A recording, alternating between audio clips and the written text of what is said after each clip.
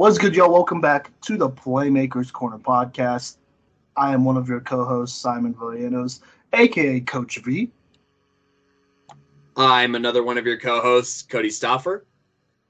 And I am your last co-host, Mazen Austin. And on this special 100th episode of the Playmakers Corner, we are going to talk about our 2021 season in review. This last season, we had a lot of fun going to a ton of games, really, from the middle school level. We talked about that. Mason, you and I talked about that, to the high school level. We went to it all, right? And so for this episode, we really just want to, it's going to be a pretty chill episode. It's going to be a long episode, though.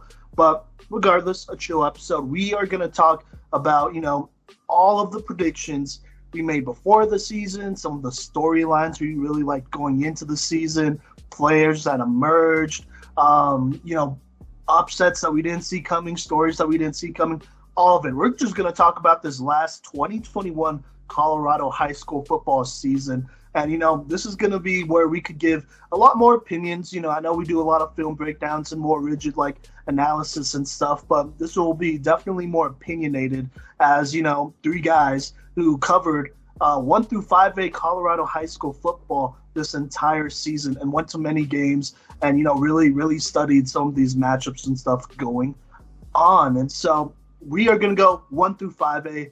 And with that, we are going to start with the 1A level of Colorado high school football. Let me give the quick rundown. I went back and listened to episode 52, our 1A season preview, 2021 season preview. And in episode 52, our predicted champs, me and Kodey were on this episode. We agreed on Lyman being able to four-peat and doing their thing there. But we also mentioned Buena Vista, Centauri, and Meeker as the other contenders that would be in that mix for either, getting into that state championship game or making a deep playoff run. And so with that being said, let's go ahead and talk about Lyman here. So, look, we all predicted them to four-peat.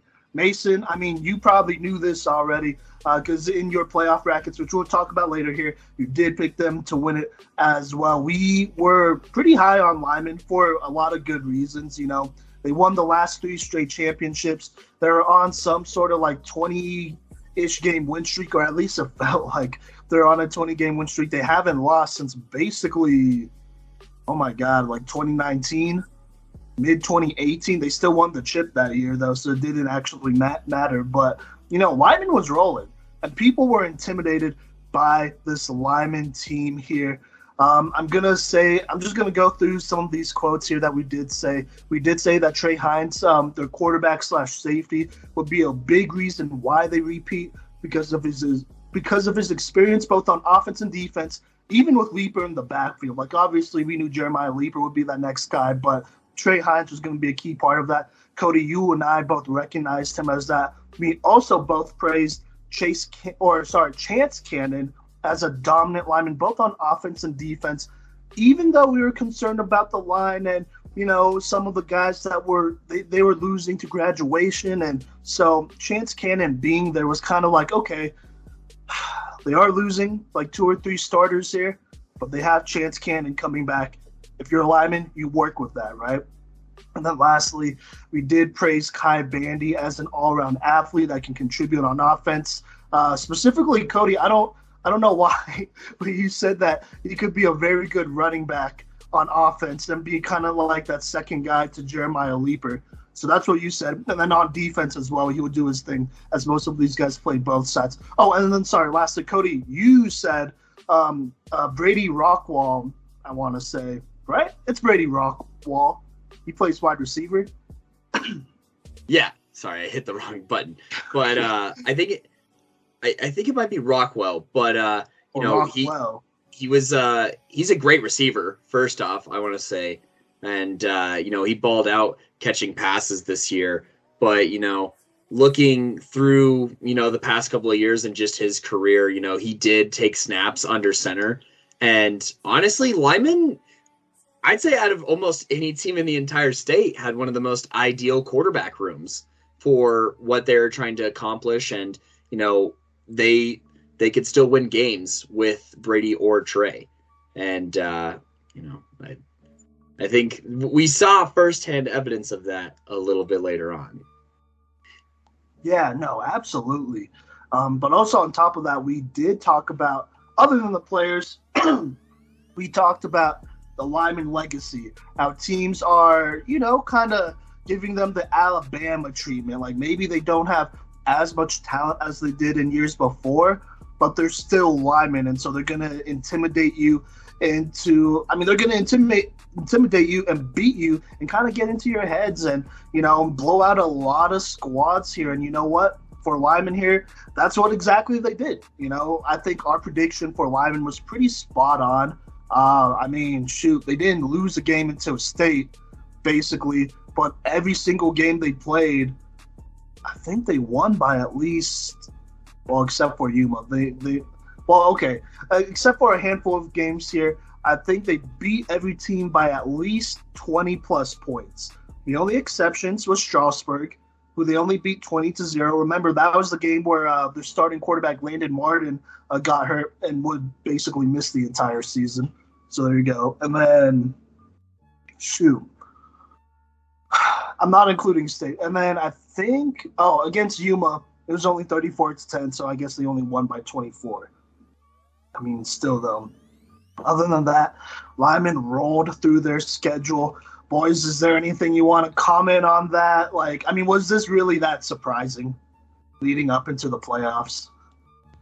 No, I wasn't surprised at all, to be honest with you. As you've seen in my playoff predictions and stuff, I had linemen going to the chip, and I didn't expect them to lose it. And honestly, up next season, I know they're losing some people, but I could see them doing it again. They're well coached over there. Yeah, no, I wasn't surprised. Obviously we chose them to win for a reason. And, I remember those lineman boys being hype when that 1A preview came out. I appreciate their support all the time, but especially Chance, where it's just I said that lineman was like everyone's father, in 1A football, or just and how much they dominate. And, they still hold the record for most state titles by a high school program here in the state of Colorado. And I don't think that's something, like Mason said, that's going to change anytime soon. I guess I was just surprised at, how much they blew their competition out of the water. Meeker, we're going to talk about them here in a second. They're a team that I was if they get hot at the right time, maybe they could compete for state. And Lyman came out and smacked them 43-6 to start the season. And after Simon and I saw that score, we're oh yeah, they're going to win state again. So, and that was, I also appreciated this episode because it also got us to take a look at some other programs. But I'd say the only other surprise of this entire year was that they were losing to Wiggins at one point in late October. But other than that, still won. They still won. I'm just saying it was a shock to see them behind this season, because that's just the reputation that they have. Not only were they down, but then they ended up coming back and winning 59-27. Yeah, that's a statement. Yeah, they were oh, you want to put one on us. No, yeah, for sure. Lyman really lived up to expectations this season. Even if they didn't win state, if I were those boys, obviously you already have 3 other rings, so you'll be okay. But, I would be happy with how the season ended. They gave it a really good shot. And like I said, like we said, they weren't really challenged until the end here because that's just how dominant they are.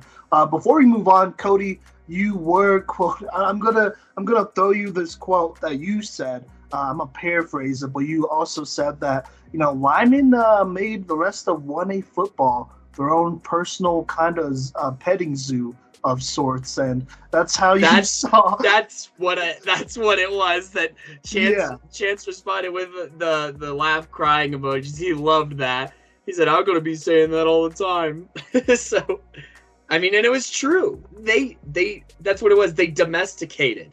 That's what it was. They domesticated the rest of 1A football, and it was looking like that all the way throughout the regular season, and even the postseason. It looked that way too. To an extent. So yeah, there is not a lot of surprises there, at least as far as we're talking preseason preview. But yes, and then going through the season as well. I mean, it was as predicted, which is fine. We knew that was going to happen. I think a lot of people knew that was going to happen. And so we're going to kind of leave that there.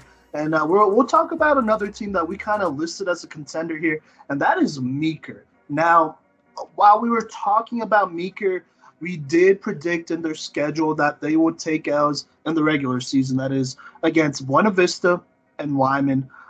We also talked about how Kelton Turner can potentially win MVP. I think one of us said if he gets 30 carries a game, then he could win MVP. And that was behind a dominant front, which they did have. And then we also mentioned how, although they have all these pieces, they have big linemen, they have Kelton Turner, they need another scoring option, and how that might actually be a problem going into the season here. Now, Kodey, you did mention how they got mollywopped by linemen to start the season, so we knew how.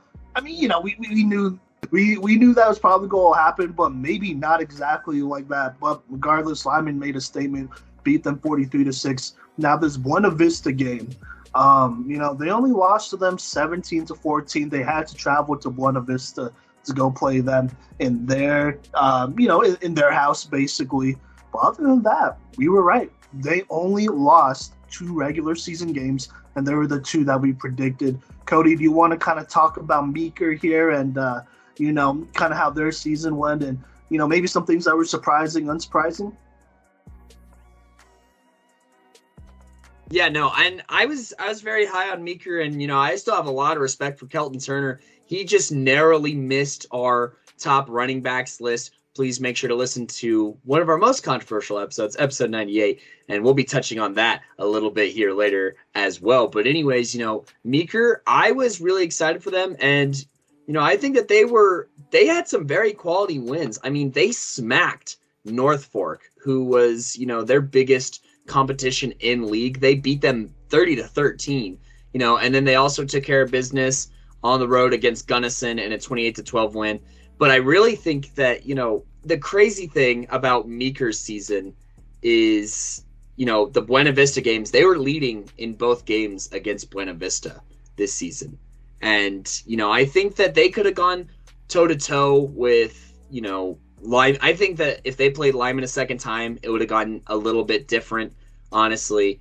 But really, I forget who said it, but them not having another weapon is kind of what this came down to. I mean, if you look, Kelton Turner had 23 rushing touchdowns, all right, out of 39. And it took like 9 other players to get those other 16 touchdowns, with the next guy having 6. And as far as,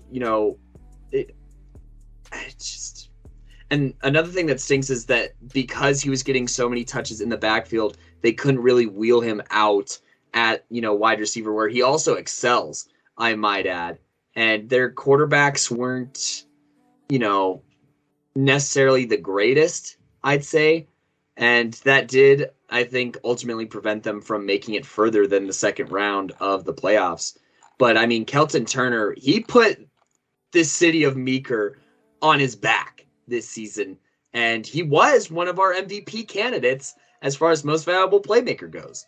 So, I think that if Meeker wins state, then we're looking at a story where he wins 1A Player of the Year fairly easily. I think that's not a far-fetched tale to tell, especially what he brought to both sides of the ball.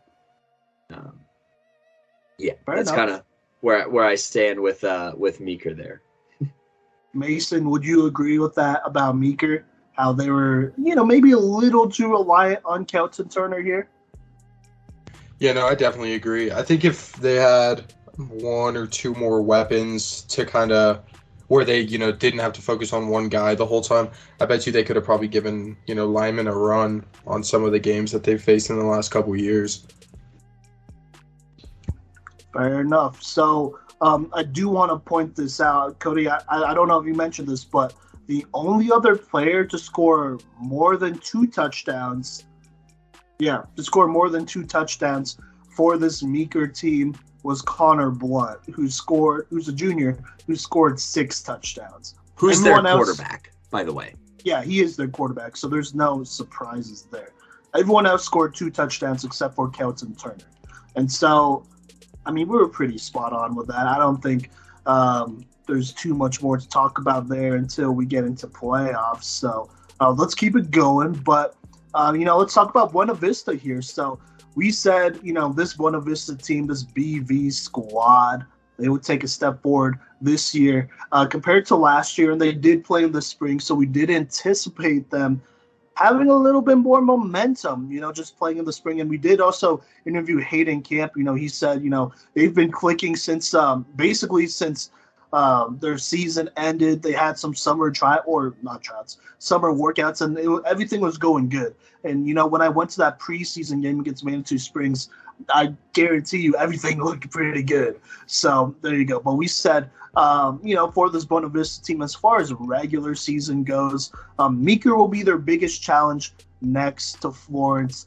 Other than that, we kind of expected Buena Vista to roll through here. We said if Hayden Camp, their young quarterback, takes a significant step forward, then he could unlock a whole gear for Buena Vista. We predicted Tucker Storms as a 1,000-yard receiver. We said Jacob Phelps, the running back, has the potential of a workhorse MVP type of running back, and then ultimately we said, Buena Vista has a strong chance at going to state and challenging Lyman because they had multiple candidates, or they would have multiple candidates for MVP. That's what we said. And, this Buena Vista team, they were rolling. They did not lose at all in this season, in this regular season. I got to see them against Banning Lewis Academy. Started a little bit slow, and that's not a bad team out there either in Colorado Springs, but still beat them 48-19. Against Meeker, beat them 17-14. That was a close one the first time around, that is. Against Florence near the end of the season, just barely beat them 20-14 here. And then another close game that I think, or a couple close games here, or actually here, let's talk about that. So, Buena Vista dominated throughout this regular season, got a close dubs against Meeker and Florence, like we said, still went undefeated like we basically predicted. Kodey or Mason, do you want to talk about that? Talk about, their dominance and, how we were right? Yeah, no, looking at their season, they had barely any close games at all until the playoffs, basically. Like Colorado Springs Christian, 49-12. Florence, they beat 20-14, which was a close game.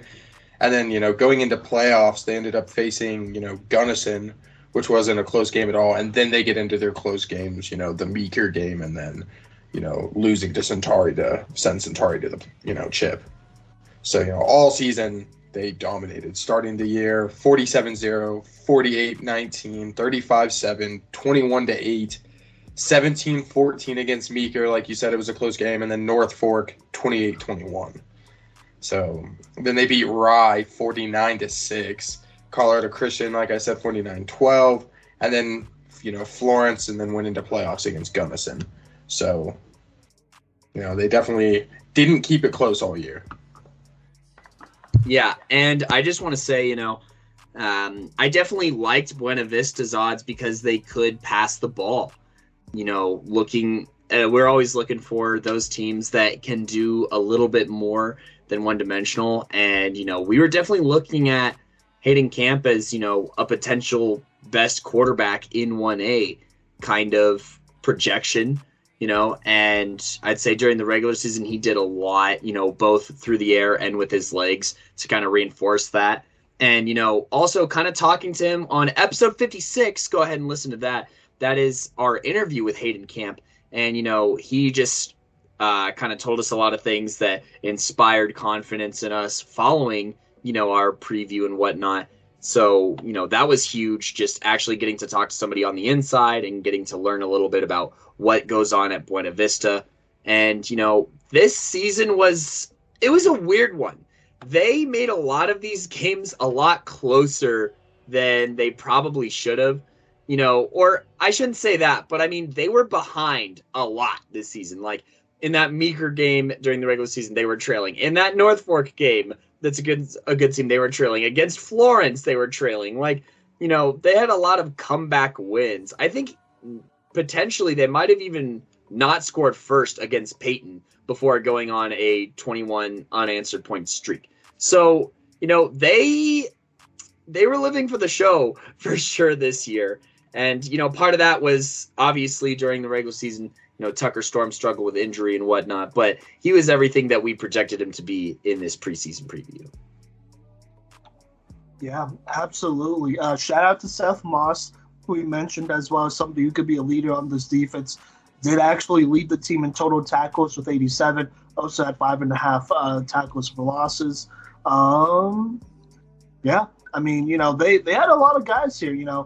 Seth Moss also co-leading in interceptions with 3 with Jacob Phelps and Hurley. I want to say that's his last name, Orion Hurley. So, they had some guys obviously on offense. Hayden Camp. I'm not even going to lie. I kind of expected maybe Hayden Camp to have maybe cleaner stats passing and whatnot. It wasn't bad, like horrible, but I mean, it's good enough to be up there as one of the best quarterbacks, maybe not the best quarterbacks though, but, had 930 passing yards for 11 touchdowns to 6 interceptions. I kind of thought maybe they would pass the ball a little bit more here. And so, I mean, the 6 interceptions doesn't look as bad as the lack of touchdowns IMO, but he did run it a lot, as that was pretty obvious, as he ran for 1,215 yards, which is basically 101 yards a game. That's really good.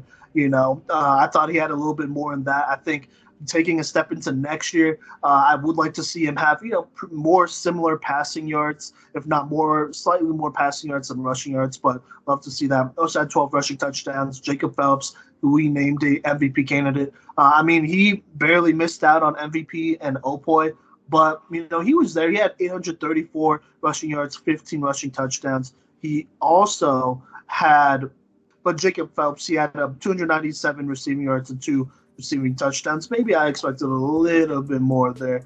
But no, you're right, Kodey. There are definitely some closer games here, and I think in hindsight, that was probably a little bit of a red flag. I think Buena Vista, they're still going to be good going into next year. I think they're probably the prime contender, if any, if I'm being completely honest with you, with how many other teams are graduating players. But I think going into next year, you got to stomp on some of these teams. You can't let Meeker hang around, can't let Peyton hang around. Florence, I know they're a good team, but that should be a statement game, And so in hindsight, same with North Fork, in hindsight, it was probably a little bit of a red flag that they were winning so many games closely. I know they did struggle with injuries, and so I wonder how that's going to affect going into next year. I wonder if that playing that spring season caused them to be a little worn down as this season dragged on. Kodey or Mason, what do you think about that theory? Because I could sense that there was definitely maybe a little bit of fatigue, and that's why some of these injuries were lingering more than anything and just not going away. But what do you think about that statement with them kind of going through it there? I think that's true. I had a chance to talk to Tucker Storms at the Strasburg versus Flatirons Academy game because him and is it Zach, I think, out there at Strasburg? Herrero. Yeah, Zach, they're cousins, which again, that just happens a lot in 1A, I guess, where people are just related. But anyways, I got to talk to him a little bit about his season, and he is just so excited that they had a breather before the playoffs, because he's just we had that short turnaround from the spring season, where we were pretty competitive, and we had to come right back and get to it, and there's definitely, he kind of talked about just in general, a lot of the guys were playing at least banged up, maybe not injured, but banged up from week to week and whatnot. So, that's definitely something to consider. And I bet they're looking forward to a more full off season, coming up this year. And yeah. Mason, what do you think about what I said about their fatigue and whatnot? I think it definitely showed if you look at their schedule and going into playoffs. They were rolling in the beginning of the season when they were still kind of fresh. And towards the end of the season is when you saw those closer games coming into play. And I think that, if they had the full offseason, they weren't just, going 100% the whole time, I think they would have, maybe been able to beat out Centauri in this last game to send them to the chip instead. Fair enough. And speaking of Centauri, let's talk about them real quick here. I want to talk about them more in the playoffs, so I'll just mention some of the things we said here. We mentioned Mason Clutch right away as a 1A Player of the Year candidate, which he did win. We said that because he was the lead scorer last year, so I think that's important to keep in mind here. And he performed this year as well. That's why he won it, We also talked about just all the defensive players they're bringing back and why, they will have one of the top defenses this year, one of the stingiest run defenses this year. That's what we said. We talked about Baron Holman. We talked about Burr. We talked about Shawcroft, Clonch, who plays both ways. We talked about all of them. And so we predicted them, to not only have an explosive Player of the Year type of back in Mason Clonch, but we also predicted them to potentially have a top 1 or 2 defense in 1A. And so they were going to be big contenders, of course. We also predicted that, in the regular season, they should go undefeated pretty easily with, possibly challenges against Ray and Monte Vista. At least that's what Kodey said. That's what Kodey said, because I didn't know that enough of there. Now, looking at their schedule against Ray, they did struggle just a little bit. That was their closest game of the year. Yeah, that was their first. Well, not the closest game of the year, but in the regular season. Well, in the regular season, it was by far their closest game of the year. The Monte Vista one was not correct. No, because Ray, they beat 28-14. Granted, it was the first game of the year, so just keep that in mind. Monte Vista, they destroyed 55-8. So yeah, you know what? I'll get y'all's reactions as we get into the playoffs here, because I kind of want to steer more towards that direction. And I want to mention some of these other teams before we talk playoffs, but did mention Estes Park and their pass-first system. Mentioned them as a team that, they did some things last year, but because they're losing 4 receivers, I don't know if they'll be able to do the same thing. I know the quarterback, Colin, is it Reese? Over at Estes Park. He was one of the lead passers in 1A anyways, but, didn't win exactly a ton of games. We also mentioned Flatirons Academy and how they were in state last year during the spring, but talked about how they are losing the majority of their starters and that this year was going to be a big rebuilding year. I did say they aren't making the they aren't making the playoffs this year because they're losing the quarterback, the running backs, the receivers, their line. They're losing basically everything at this point, except for 1 or 2 players, very Cherry Creek-like, except they couldn't get it done like Cherry Creek because they kind of have smaller numbers anyways. But, Flatirons Academy definitely surprised us early on. They won a lot of games they probably shouldn't have won, if I'm being completely honest with you, despite having an entirely new slate. And then talked about some of the, spring playoff teams. This is just a big old bunch, so I'm not going to go all the way through and list them all. But basically, we were quoted. I think, Kodey, you said this. You said outside of Buena Vista, I don't see a lot of these teams making the playoffs, which is correct. I don't think any team that played in the spring outside of Buena Vista made the playoffs. Did Peyton play in the spring or no? No, they're in Colorado Springs, bro. They played in the fall. I'm pretty sure they did. But yeah, no, that probably sounds right. But I mean, just don't mean to butt in here, but Flatirons Academy, 6-3 is something that they can be proud of. I got to see them in that game against Strasburg. Obviously, didn't go the way that they wanted, but just to fill in the listeners who don't know, Flatirons Academy, they have to play at the Westminster Sports Complex. They don't even have their own field. They play, where middle schools and stuff play. And I talked to some of the fans, they said this is a very young program. And, they want to have a place to play in the next 5 years. But they were a merging of a couple of schools is, kind of how Flatirons Academy happened. So, that's kind of difficult because home field advantage, when you're facing off against a team like a Strasburg that has such a rich history in football, or you're facing off against a Highland that, gets that solid local support out there in alt, and that's kind of like the crown jewel of alt is that Highland kind of football team, or against this Wiggins who has sent guys to the NFL already, and obviously kind of helps them take care of, like I went to a game for Wiggins as well, and it's a nice game day atmosphere. They got themselves a nice little field there, and it feels like a high school football game. Flatirons Academy doesn't get that luxury, I don't think. And, I think it kind of shows when they go off against some of these heavyweights, and even against alt, even against Highland, out of alt, if they win that game, they were in the postseason, and they only lost by 7 points. So, Flatirons Academy, those boys, and there's some good athletes there, like Nolan Shepard, their quarterback. He didn't have the best season passing, but honestly, watching the game that they played, there just wasn't a lot of targets either. The way that they had to run their offense, it felt shorthanded, and it kind of was. So, they really had to rely a lot on, Nolan and Roy Ball making plays, and their team size, even though 1A, we knew that team sizes are small, their team was small even by 1A standards.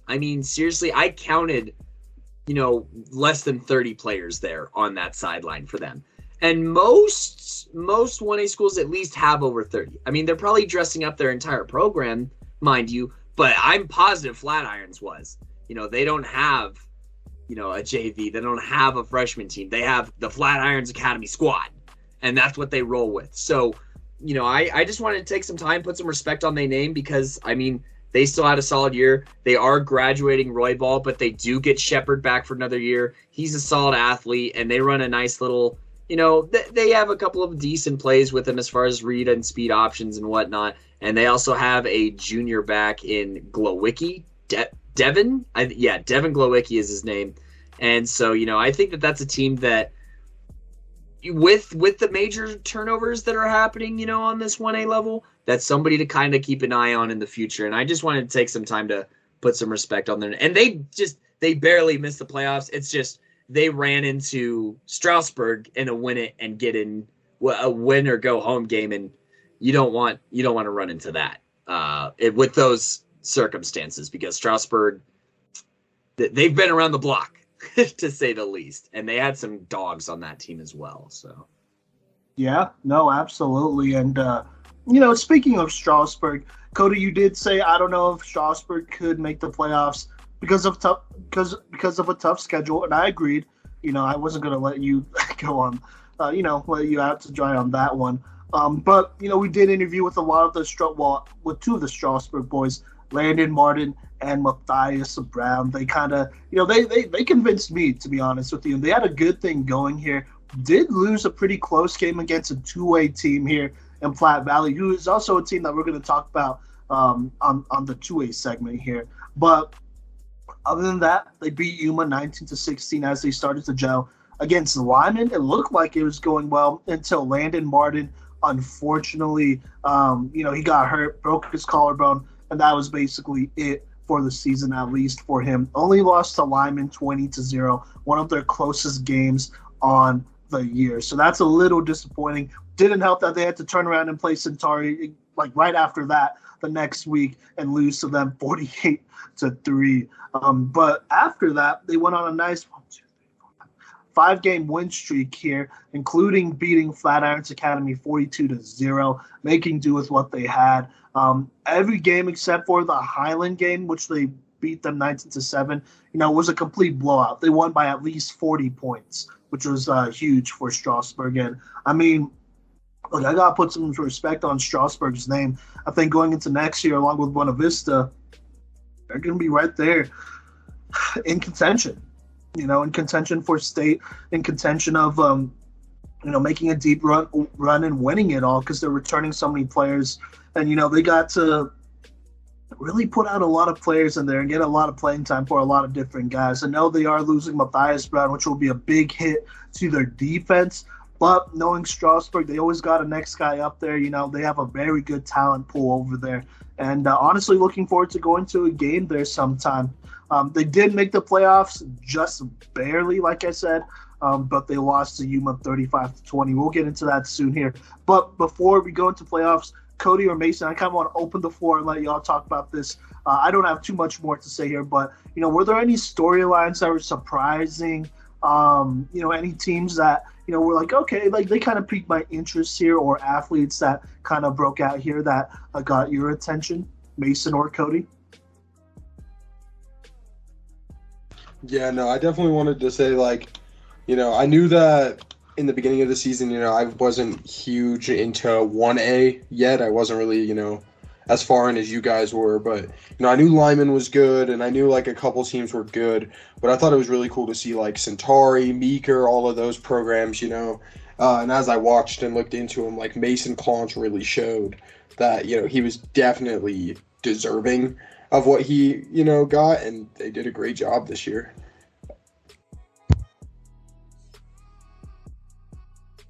Yeah, and I'm glad that we got your interest going, at least later in the season and whatnot, especially for those 1A polls. That made that a lot of fun. And I just wanted to take some time to kind of talk about, I was looking through our Playmakers of the Week throughout the year. As far as the regular season goes, it was interesting to see Lyman send two guys, Eli,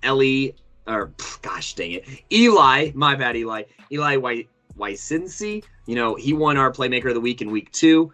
And, also Trey Hines won it in week 7. In week 7, week 8, Trey won Playmaker of the Week. So, that was pretty cool. But basically all of these teams that had a Playmaker of the Week made the playoffs, other than, Jewel Cameron out of Manual High School. He's their quarterback. And, he put them in a position to win their league. But ultimately, with tiebreakers and whatnot and strength of schedule, fell a little bit short, seeding that 16th seed to Bennett. But anyways, he did ball out, and, he made a little wager with me. He said, hey, if I win this game, and I go off, then I could be Playmaker of the Week, right? With our season and postseason on the line. I said, you know what? That's a deal I'm willing to make. Virtually shook on it, over DMs and whatnot. But he did deliver, and I was really bummed when they didn't make the postseason, and, I'm pretty sure he's only a junior. So he should be someone on our watch list for sure heading into this next season. And then obviously, we can't talk 1A football without talking about the Spragues. Episode 53 is the Miles Sprague interview. And, Holyoke, they definitely had an up and down kind of year. They had I don't know. I think they had kind of a tough time putting it all together at once, because they did have a loss against Florence, 36-15. And it's like, I'm not sure how much of a competitor they are. And, they did have a loss to Ray during the regular season, 28-11. But, then they beat Wiggins in Wiggins, Colorado, 41-26, and just absolutely go off. So, I just wanted to shout them out. They have a lot of talent there. They're very well coached, and they lost probably, other than the championship game, probably the most exciting playoff game in all of 1A playoffs. And, if Simon or Mason don't have anything else to say, I think this is a good time to start talking about, our bracket previews as well as the playoffs. Kodey. First off, I agree with all of that. Okay. Holyoke, they did their thing. The Spragues, they did their thing. Miles Sprague will be missed because he was a heck of a player that just did everything, But, we didn't talk about Wiggins at all, which we need to talk about because, they did their thing. They were, if there was any team that was a surprise this season, it was probably them. And, look, let's be honest. If you look at the record from last year, they're starting sophomores and underclassmen, and, they barely, I think they didn't win a game or whatever. And so they went 2-5 during the COVID year, and they didn't win a single game in league is the really concerning part. They weren't close at all in league in the 2020 season. So yeah, we did not see them coming and their growth, but man, they came ready to play. Yeah, there really wasn't anything to go off of and be like, oh yeah, they're going to be good all of a sudden, unless we were right there in Wiggins with them, But I want to put some respect on Cole Kerr. He won probably the most Playmakers of the Week awards here. Also, I'm pretty sure he's our O-point too.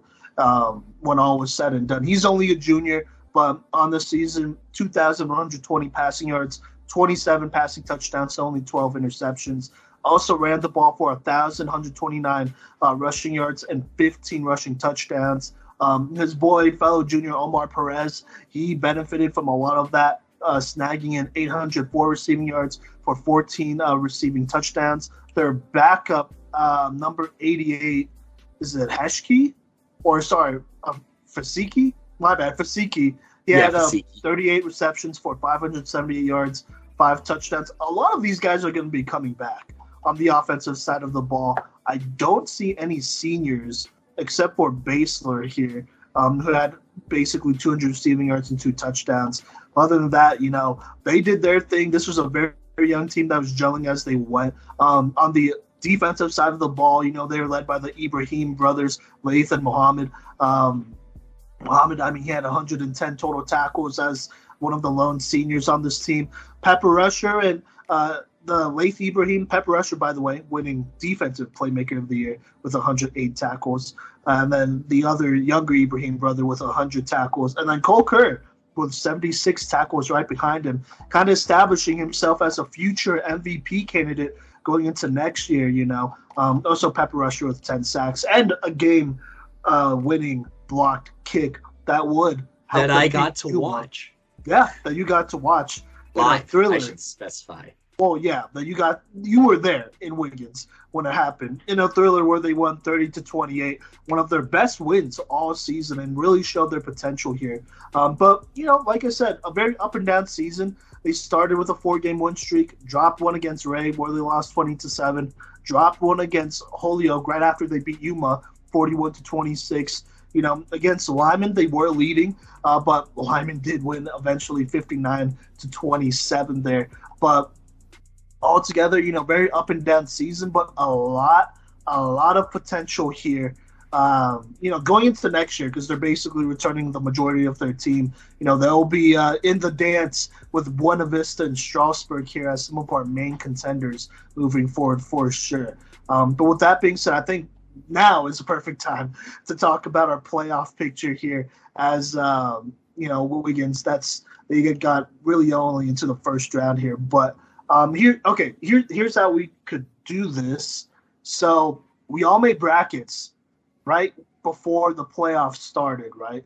And so we could talk about our picks as we go here. So let's talk about the first round. So in the first round, let me talk about all the picks, and then I'll throw it to y'all, and y'all can talk about who you picked and whatnot. We'll keep it quickly, though. Keep it going because we already did this in our, playoff preview.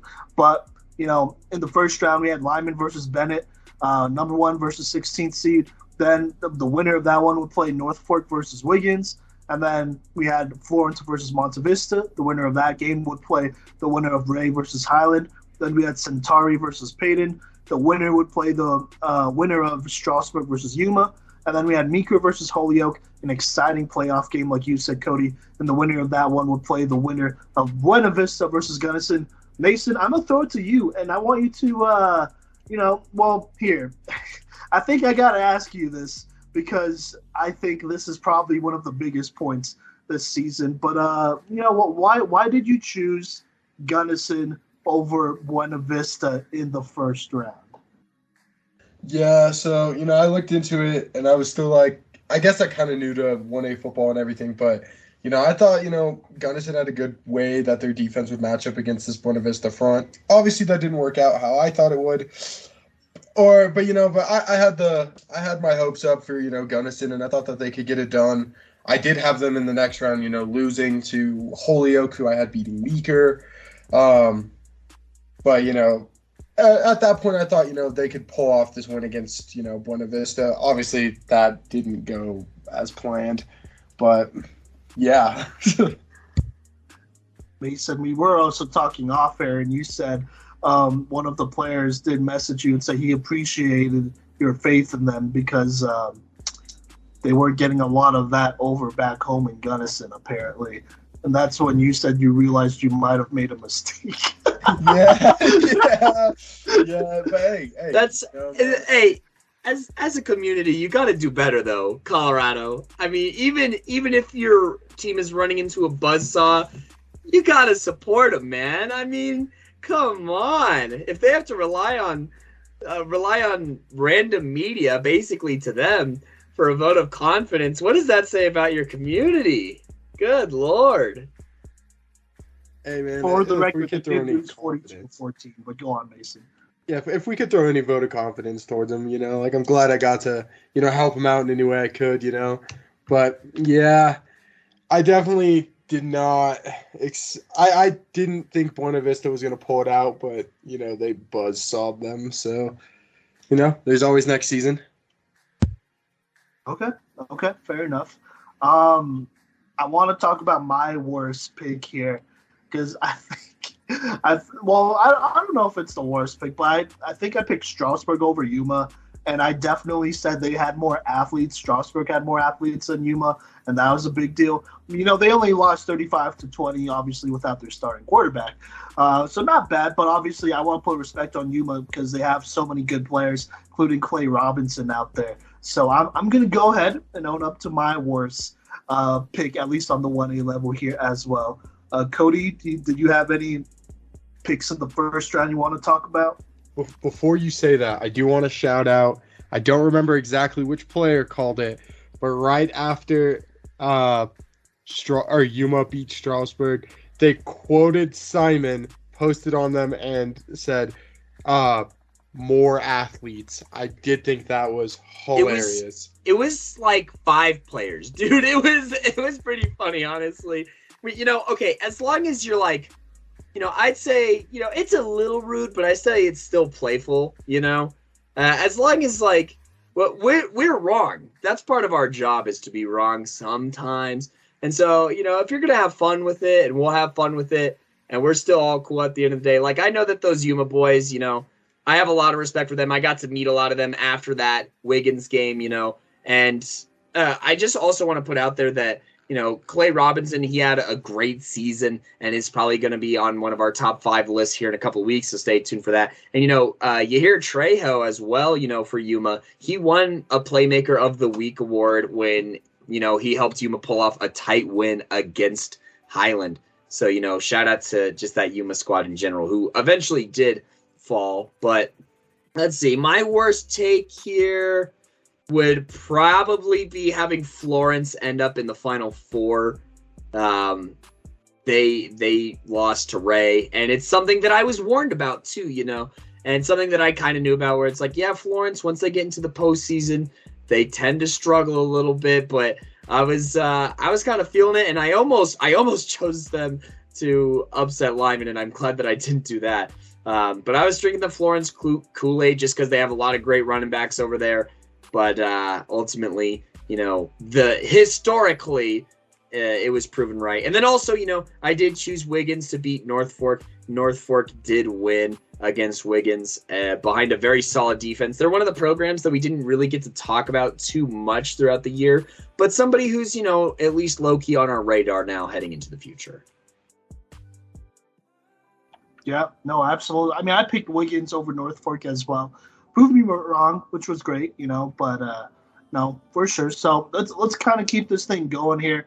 So Meeker versus Holyoke, one of the best games of the entire season, regardless of level. Meeker did win 42-35 there. Kelton Turner, he went crazy in that game with oh my God, he had a pick 6, a rushing touchdown, 200 rushing yards. He played the game of his life in that game. And, Holyoke, they responded really well, too. Obviously, putting up 35 points on Meeker, really on any playoff team that is ranked above you is kind of hard to do, as they did have to go out to Meeker and do that. And so, much respect to them. Going into the second round, though, Centauri did eventually beat Yuma. I think we all predicted that. Ray beat Florence. I'm pretty sure I picked Ray over Florence in my OG brackets. I don't know about y'all. Did y'all? I want to ask y'all real quick. Did y'all pick Ray over Florence? or when we were making predictions, did you pick Ray over Florence? No. Or I don't know if during Florence. the episode I did, but I took Florence over Ray. Yeah, I took Florence over Ray. In the bracket at least. I did it in the episode as well. I can guarantee you that. Well, then I could revel in my single victory right there, picking Ray over Florence. But, on the other side, Lyman played North Fork. They beat them. Ray would go on to play Lyman. By the way, Ray led by their freshman quarterback, our newcomer of the year winner, Casey Metcalf. Unfortunately, they had to go run into that Lyman legacy over there and got buzzsawed as they lost 42-8 as Lyman would go to state. On the other side of the bracket, I already mentioned Centauri beating Yuma, but we had Meeker versus Buena Vista. This was a double overtime game. Another extremely exciting game for Meeker here. Unfortunately, they came up just short as our guy Seth Boss actually got an end zone interception to win that game for Buena Vista after I want to say it was a Hayden Camp rushing touchdown that would put them up. And so Buena Vista automatically wins a thriller. It has a lot of momentum going into this Centauri Buena Vista game. Now, in my original playoff bracket, I had Centauri and Buena Vista and Lyman and Ray in my final four. That was correct 100% the way through. But I picked Buena Vista to go to state instead of Centauri. So that was the one screw up I had there. Centauri would blow out Buena Vista 42-6 here. Boys, do y'all want to talk about that game? I mean, did anybody else I think both of y'all picked Centauri to go to state after that close Buena Vista Meeker game. Not based on your OG brackets, but like in real time, like that week, y'all picked Centauri to go on and go to state, I think. Is that correct? Yeah, but I also had not in the Centauri. No, I had Centauri in my bracket going to state. Yeah, because you had Buena Vista losing in the first round to Gunnison. Yes, yep. That's right. Yeah. I also but had, I mean, it's still correct. Centauri facing Holyoke, but okay. But, Holyoke, honestly, Holyoke could have been there. I really believe that. They barely lost to the greatest Kelton Turner performance of all time. So, that's for sure. Also, talking about Ray real quick and that Lyman game in that semifinal matchup. Look, Casey Midcap's going to be fine. There were some receivers on that Ray team dropping some seriously questionable passes to drop, hitch routes and in routes and slants. They were dropping those.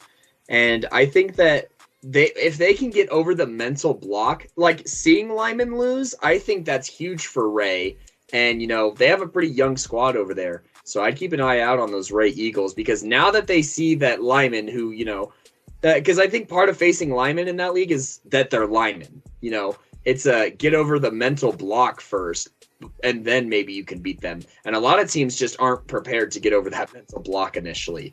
So maybe a lot of things can change now that Lyman finally lost. I don't know if we're talking about that yet. Yeah, let's talk about it. So I did a recap on this game here, so I kind of want to pass it off to y'all more here. But obviously, Centauri did win this game 24-21. They had a key field goal late in the game to do that. Of course, Trey Hines, the quarterback of Lyman, and somebody that we said would be really key to their, chances of four-peating, did get hurt in the third quarter and would be out of the game. He made some great plays on defense and offense, scoring a touchdown and snagging an interception in that game. This game was extremely close. It definitely lived up to the hype. I want to pass it off to y'all and talk about this game here. Well, first off, I'm going to ask y'all a question, and then you could reply to it and, talk about this game more. But if Trey Hines did not get hurt in this game, does Lyman win this game? Yes or no? Lyman four-peats. That's just how it is. You want to explain? Go ahead and explain why you think so. Well, just the fact that they had the chance to win the game at the end, and they're going down and they're driving with is that a freshman quarterback or I don't know. No, it was Brady. It was their wide receiver. Yeah, so and he didn't do a bad job at all. He definitely did as well as he possibly could for what they had, but no. Yeah, I definitely think that with the quarterback in the game, I don't think they lose. I think that he gets it done because he was driving on Centauri all day. and he makes the right reads, right decisions, makes it, tucks the ball and runs it. I'm not going to say he scores the touchdown himself, but, he's definitely a huge part in them scoring that winning drive touchdown. Kodey, do you agree? Well, here's the thing, like you said, they're right there. And you know what I think really hurt Lyman on that final drive is not necessarily that Trey Hines was out, but just that Brady wasn't a receiving option. I mean, Brady was having a pretty spectacular day against a very formidable Centauri defense and secondary. And, just Brady not being able to throw to himself is honestly really hurtful. If there was another way where they could have a quarterback that could deliver strikes to Brady and Leaper, who both proved to be receiving threats, then maybe it's a little bit different. But hard to say for sure. And, I think Brady not being a receiving option is the most hurtful part about the Trey Hines injury, because he did have to go and play quarterback. And you know what? He did a damn good job. Just want to put that out there. As I said early in the season, in reference to a little bit earlier, Brady stepped up and could have been, a championship QB this year.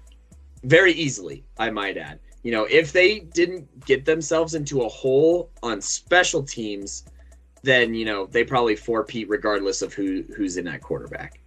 But, I mean, momentum was swinging like crazy in that game. Yeah, it really was.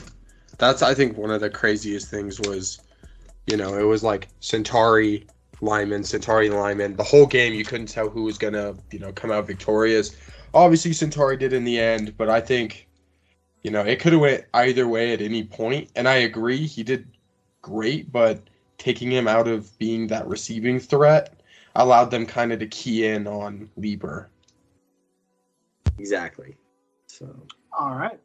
Well, there you go. Anything about Centauri here? I mean, Byron Shawcroft won MVP of this game. On our recap, we gave the crown to Baron Holman for MVP of that championship game. It could have gone to Mason Clonch as well. Like we said, I mean, this is a great time to kind of segue almost, but most valuable playmaker as voted by the fans and, Anthony Garcia of Mile High Prep Report and, us three hosts. Clonch won unanimous season most valuable playmaker, and it arguably wasn't even his best season as far as, being an offensive threat goes, but he was a dog on defense. He made some big plays and tackles. Baron Holman made a clutch one-on-one tackle against Jeremiah Leaper, which, if I had to put money on that play in Vegas, I probably wouldn't have chosen Baron, 9 times out of 10. But he delivered on that play, and rightfully so, won our most valuable playmaker. I think Shawcroft, he was a solid quarterback for them this year. And, he has flashes for sure as a QB, but he doesn't really go through a whole lot of reads. And I thought some of his incompletions were pretty lucky to be incompletions that game. He easily probably could have thrown like 2 picks that game.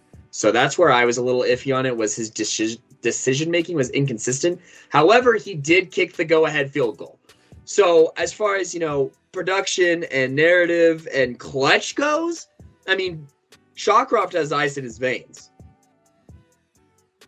No, I definitely agree there. But I think, Mason Clonch played one heck of a game, man. He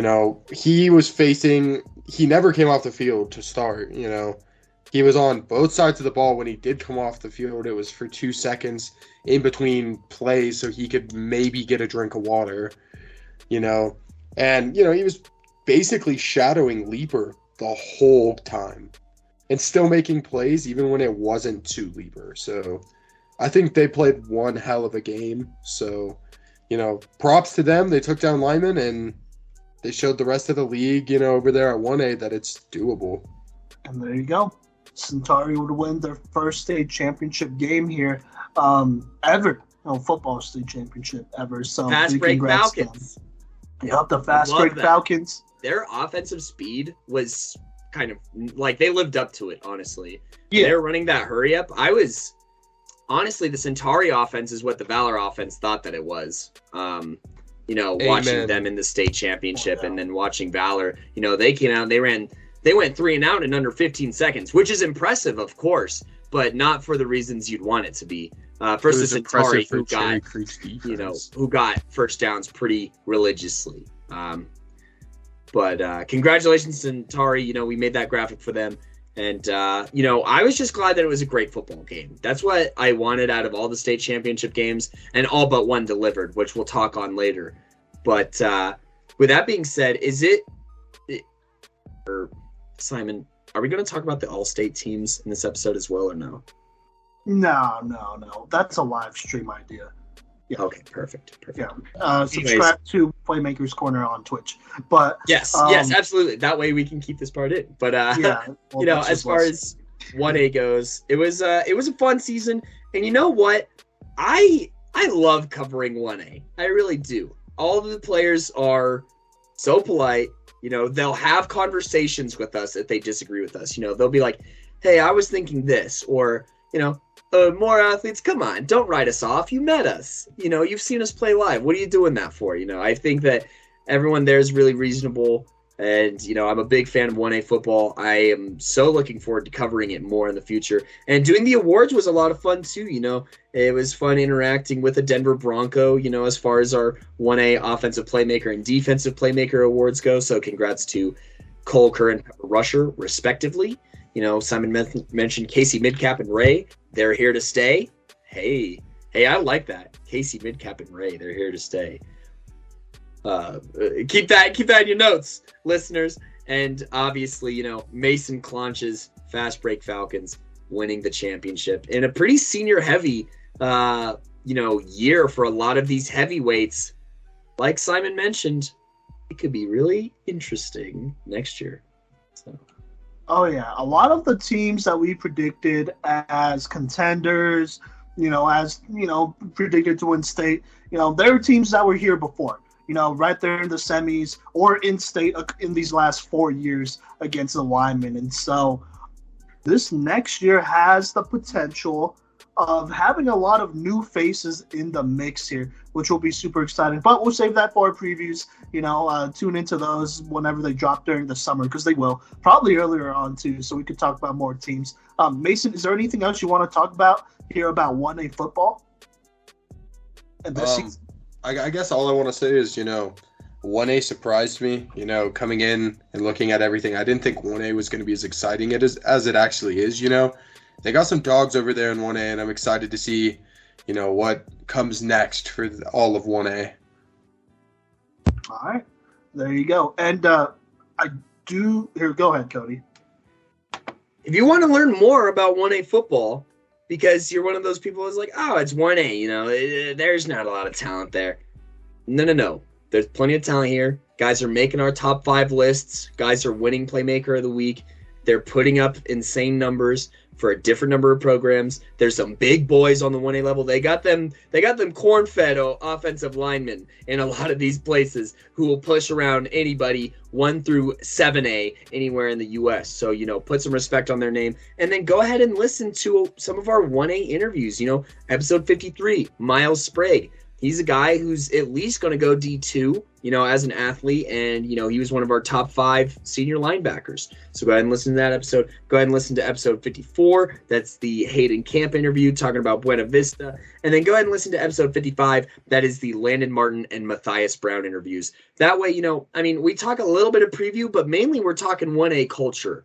And it's must listen to content. We're going to get an interview with Mason Clonch at some point. He's a multiple sport athlete, so he's super busy right now, but we're going to get that out for you guys. Most Valuable Playmaker. We have interviews with Pepper Rusher and Cole Kerr coming up sometime. And, those lineman boys, we're going to talk about the lineman legacy too, so stay tuned for all of that content. Simon, I'll toss it to you to say what you need to say and take us into the next segment. Yeah, absolutely. This is kind of it for 1A football into next year, and it definitely makes me sad because I love covering 1A, man. The energy that Centauri and Lyman brought into that state championship game is almost unmatched. For small towns to bring that many people over to Pueblo for a state championship game, that's wild. I absolutely love it. I think this is probably the purest form of football here in Colorado, potentially on this 1A level. And, like Kodey said, all these kids are so polite, man. I never really had a negative interaction with, these guys. I mean, the Yuma guys, like, hey, I understand, like, even when they were, like, talking that stuff, one of the guys was like, hey, I hope it's not personal. And, yeah, bro, I know it's not personal. And I appreciate that, though, because, I think that goes a long way, being polite. And, being polite to the media as well, because we want to get a lot of you guys off to college as well, playing next level ball, because you can play next level ball and because you are that talented, It's not just a 1-year deal like, oh, Mason Clonch is better than Sawchuck this 1 year. That's never going to happen. No, I think that's a good precedent to, go ahead and establish right now, because it could happen a lot more. People just want to talk about the stars and whatnot. And you know what? I'd rather have a likable, good person and player to support than, a community that nobody likes. Highlands Ranch, Valor Christian, nobody does. That's just facts. And so shout out to 1A. I'm going to miss it, but this next year is going to be super exciting. And yeah, we're going to have interviews with a lot of these guys. But until then, 1A football, thank you for listening, and we'll catch you next season for sure. So, yeah. But coming up next, we are going to go ahead and talk about 2A here, talk about predictions, do the whole thing in our season in review episode.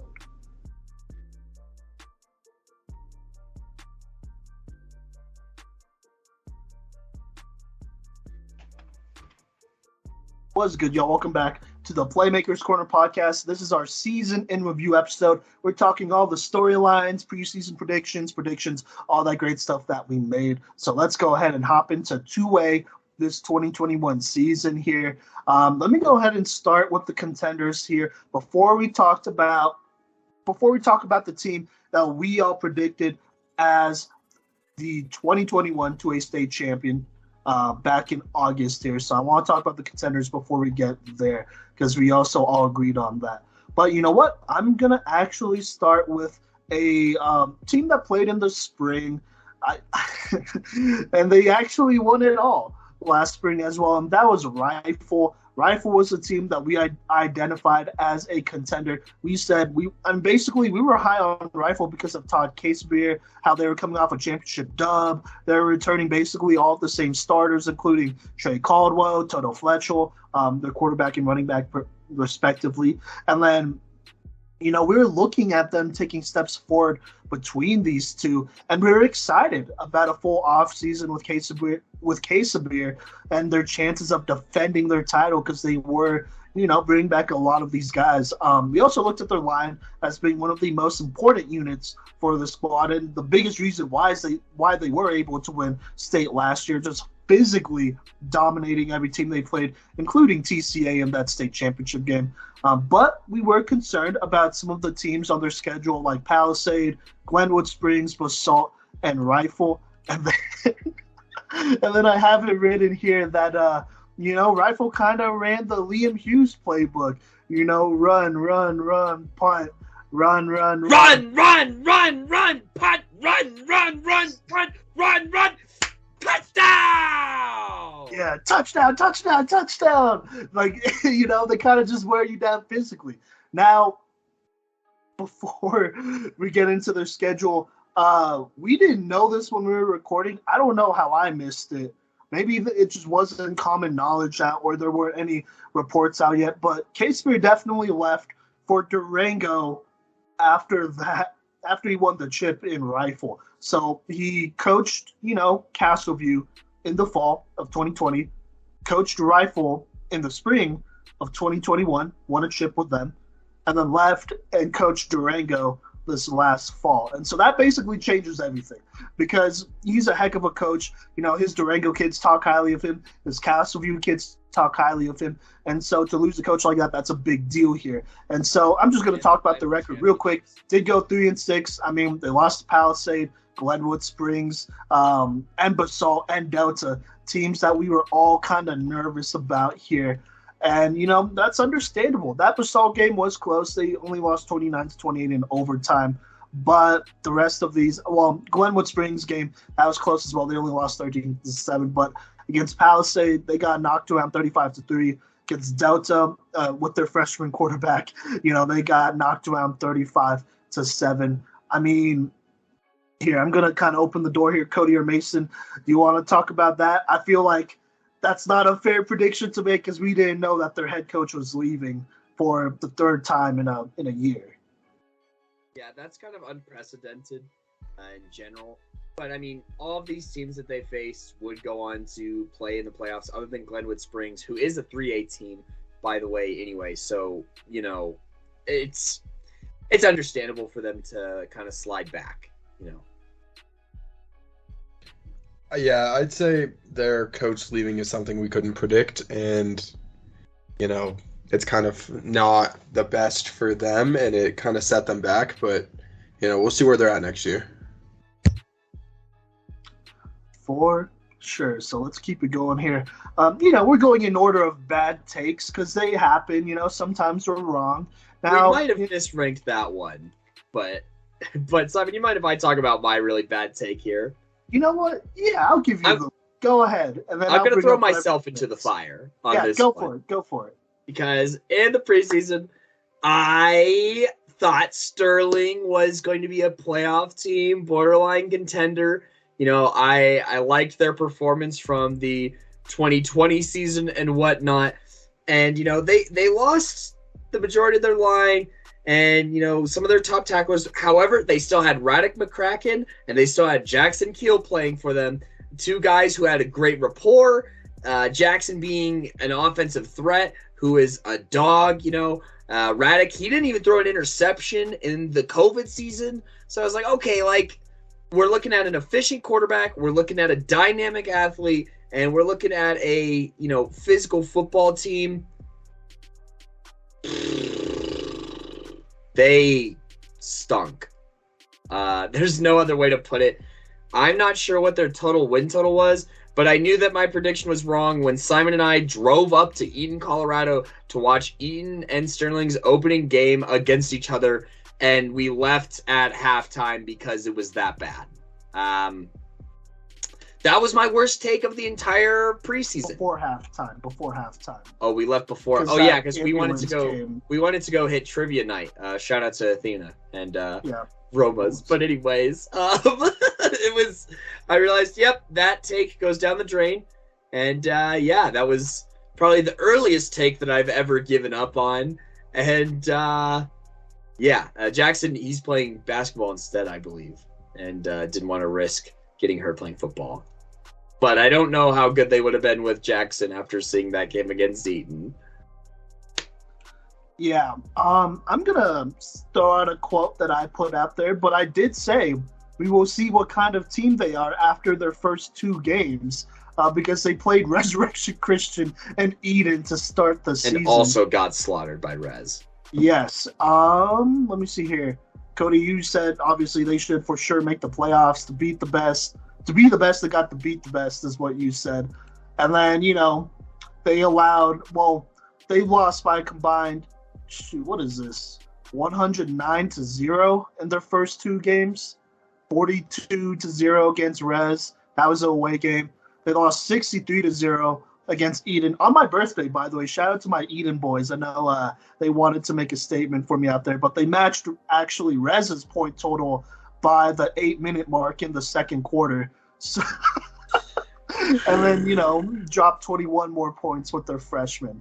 It might be the worst take I'll ever have in this career.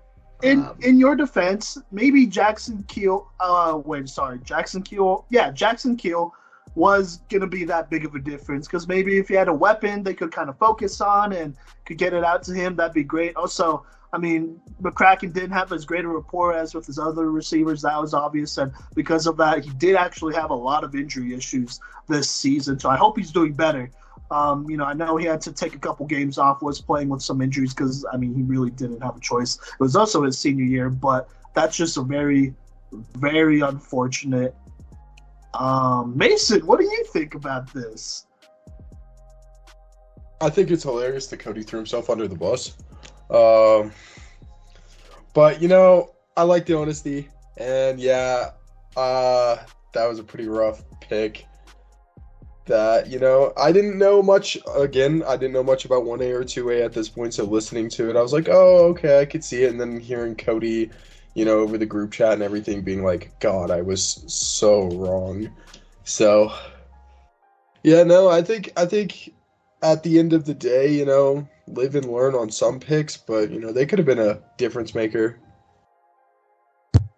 Yeah, and also they still had a pretty tough schedule. I mean, they didn't score a touchdown until October in their first win against Wild Central. Other than that, they were outscored by 200-plus points to 0 in their first 4 games. Didn't they face the eventual didn't they face both teams that were in the 2A state championship? Well, they forfeited against Brush. So, yeah, that's unfortunate. Brush was still on their schedule. I feel like I remember talking about Brush very briefly. Yeah, they were. We'll get there. Okay. Okay. Let's keep this thing pushing, though. So there you go. Those are our bad takes for 2A.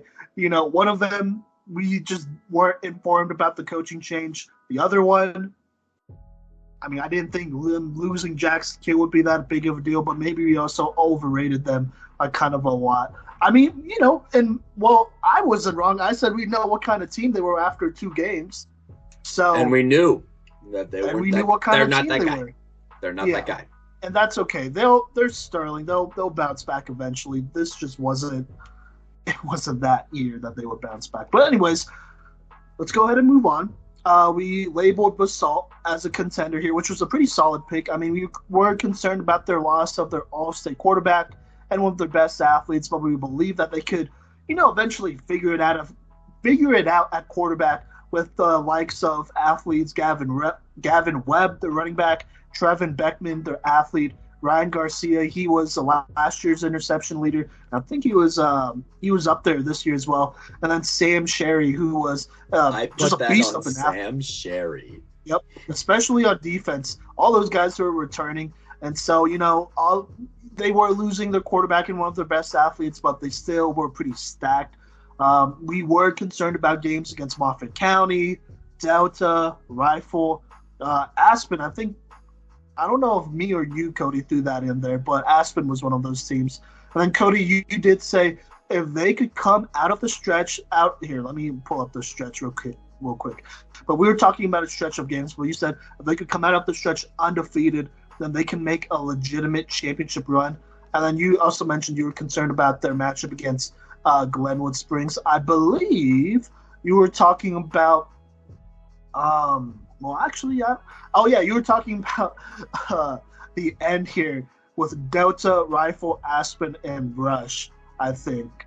That stretch maybe. Or maybe it was the Glenwood Springs, Moffat County stretch. I could be wrong.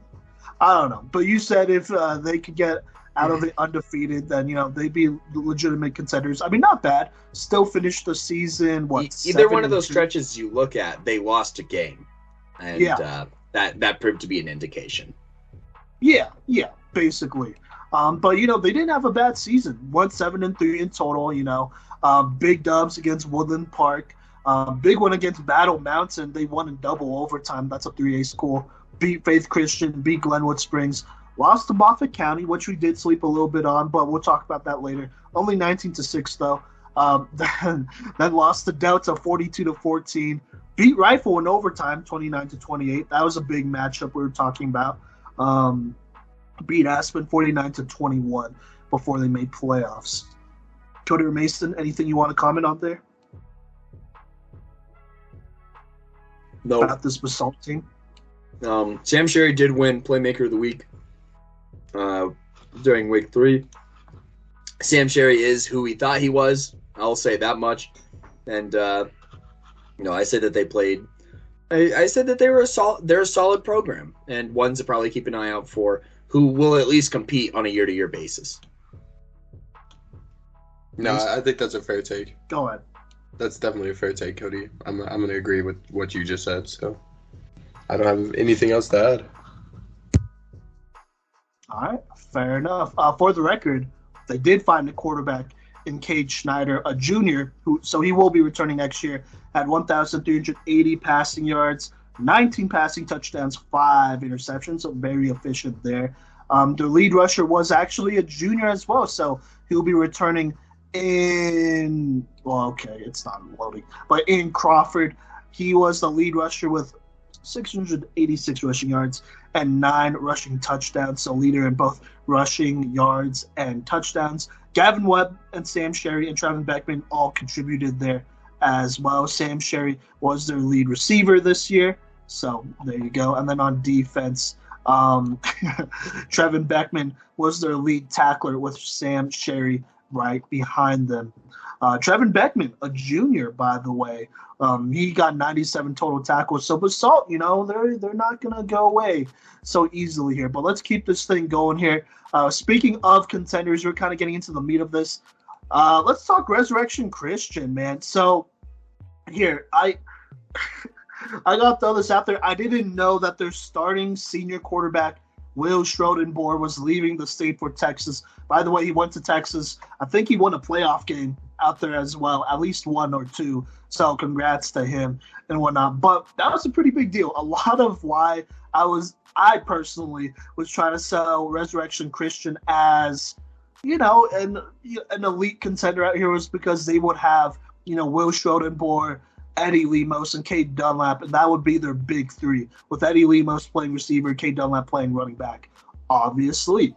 And so going into the preseason, we did talk about how they came 1 game short of state and lost to the state champs the last 2 years.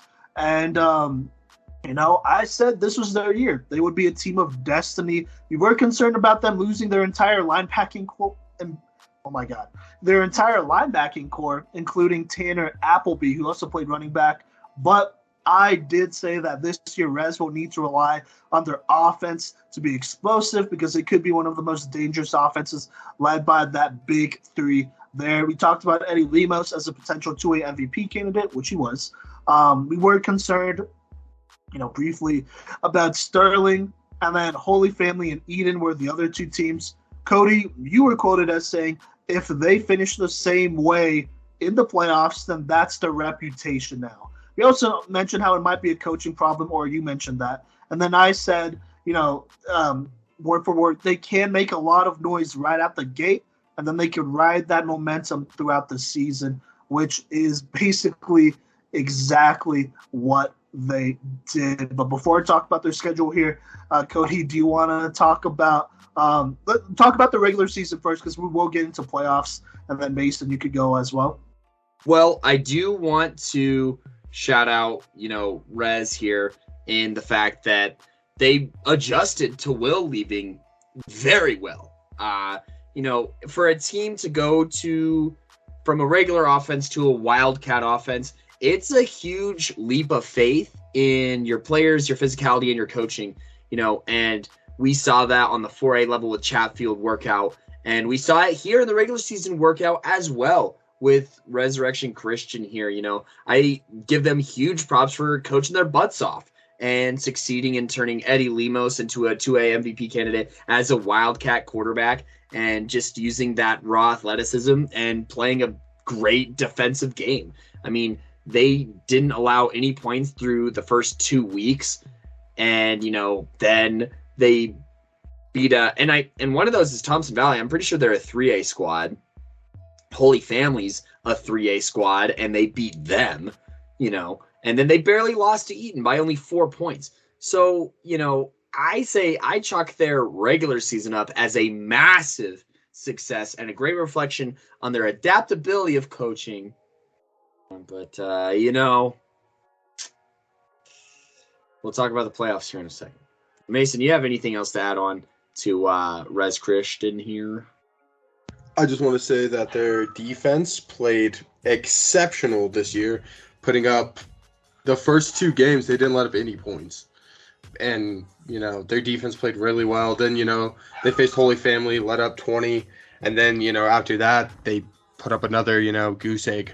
So, their defense played exceptional. But, yeah, we'll talk about the, playoffs in a second. Not going to lie, I was thinking about taking them off as a contender early on, but, I chose to have faith in them because I think they had a lot of athletes over there. It would be significantly harder, and my opinion on whether they could actually win state went down significantly. But, they showed out. Like I said, they were on a tear early on here, just blasting Sterling 42-0, beating Thompson Valley of 318 40-0, beating Holy Family of 318 35-20, beating a league team in Berthold 45-0, lost a close one to Eden 10-6, even when Eddie Lemos went out for the entire second half because he did have a lingering ankle injury that unfortunately would never really go away because he just, they had to play him because he's the starter on offense and defense. And I'm sure that's a decision that we could reflect on here soon, and I'm sure that he is reflecting on right now. And so after that Eden game, he was never really the same here.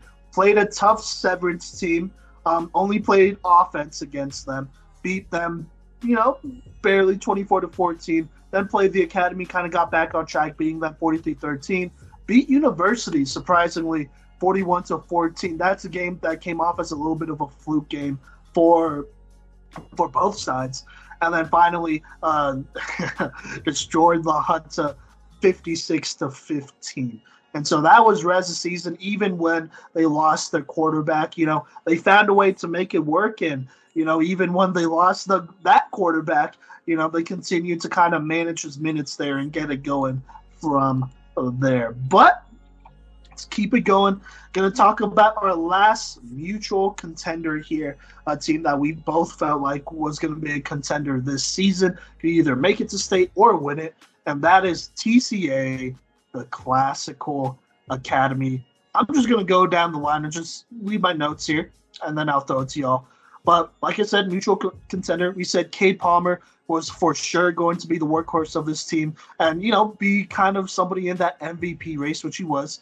We were excited about their quarterback guys, Sam, the running back Ethan Aragundi, Matt Segovia, who played receiver and was also an all-state DB, like receiver Jake Jennings, Josh Schneider, the lead tackler from last year, was returning. All four of their running backs in the backfield from last year was returning as well. The only real weakness and concern about this TCA squad, roster-wise, was the loss of 3 all-state linemen and 2 of their top 3 tacklers. Kodey, you did say if they figure out how to split carries better, then maybe they can make another run. And then I said that they should call screen routes for Segovia, get him the ball more so that he can create because he's a playmaker. I think, the combination of Segovia and Palmer would be too much for a lot of teams. And so if they really get them both touches, then, they could be unstoppable. I also said that Sam could be a deadly quarterback prospect, but I'm worried about them because he missed way too many throws, like screens, checkdowns, plus multiple deep shots, open deep shots in that state championship game. And so I said he's the key to not only going back to state, but winning it all. If he takes a step forward and if TCA allows him to pass the ball more this season. That's what I said. Then, Kodey, you said he needs to get mentally tougher because they didn't have any adversity last year until state. A couple of teams we were concerned about, but ultimately didn't really matter because they beat them, was Alamosa, Harrison. I was more concerned about Harrison than anything, but Harrison was also losing. Kahar Briggs didn't play that entire game, and their starting defensive end didn't play that entire game either, so take what you want with that. And then Lamar, Pagosa Springs, Manitou Springs were some teams that we were concerned about. Blew them all out, so it didn't matter. And then I was quoted of saying, TCA has a culture of choking games that matters most and not being able to respond to challenges. Not the pick to win state because of questions of mental toughness. I've said my share about TCA. I've had my arguments in my own DMs. So shout out to you lovely parents out there and adults that think you know more than me. But Kodey and Mason, what do you think about what was said here as far as the regular season went? By the way, TCA, they blew out every single team in the regular season. Were an obvious, look, they went 9-0, only played 9 games, which was interesting. They had a lot of breaks here too. I'm not going to lie. Like, there were multiple weeks that they had off here in the regular season. So not just because they were playing bad or, teams that weren't as good, but, they literally didn't have a game. So Kodey or Mason, you want to talk about TCA here real quick? Yeah, so I definitely, I don't know. Yeah, I could definitely see that they didn't play a very tough schedule all year. Yeah, they blew them out. And, against Lamar, they won 70-13. Yeah, that's an insane score. And if you want to talk about, we blew out everybody in playoffs until you faced a real team in the playoffs. But, I seen over the whole season, we talked about them a bunch and all the stuff that they did. And I just don't think they played a very tough schedule at all. And I think it really showed once playoff come, which we'll talk about here in a sec. But, I think that was the biggest problem for me. Kodey, what do you think? I think they did a great job of lightening Cade's workload. He was super fresh heading into the playoffs with only 123 carries. The next guy had 63, in Aragundi, I believe is how you say that. And, he had 8 touchdowns. He was having a pretty solid season. I mean, it was no 12.5 yards per carry, but by golly, 6.7 is not too shabby. And Segovia, he did his thing. I think that they should have got him the ball in space more like Simon recommended, because on only 19 receptions, he did have 6 touchdowns and 300 yards, which is pretty absurd. And not to mention just his overall ability as a playmaker. He kick returns, he punt returns. He had over 1,000 yards of scrimmage, and he was the only guy not named Cade Palmer who did achieve such a thing. But at the end of the day, same old TCA is what I got to say about that. I wouldn't say that, they did face that Southwestern Conference, and they got some mild tests against playoff teams. But, they did have that second week against Harrison. Simon was really worried about it. And speaking of interesting takes there, Simon had me convinced that Harrison here was the golden goose here of, I guess that'll come back later. But anyways, that turned out to be a little bit easier of a game because of injuries and stuff going on with Harrison. And overall, TCA doesn't get tested, and then it bites them in the butt because they don't face any adversity. But we'll talk about that in the playoffs, so let's keep it going here. Yeah. If we're all good there. Now, the team that we all picked to win state, and Mason, I'm sure if you were to look at this again, you would have probably picked this team as well, was Eden, the defending state champs. We had some minor concerns about them losing Tanner True, their starting quarterback, Scott Grable, and then some backup skill players. Other than that, we're excited about this team. And this is all the guys so this list of names were all the guys that we mentioned, but we're excited about this team led by Morgan Trebet, Ryan Dirksen, Lucas Cass. By the way, we met those guys. Lucas Cass at least. Brogan Barr, my boy. Ryder True, another one of my boys. Cam Shaw, the Lawrence brothers, both guys. We actually got to meet, who are huge at 6 foot plus 270, and then Dirk Duncan.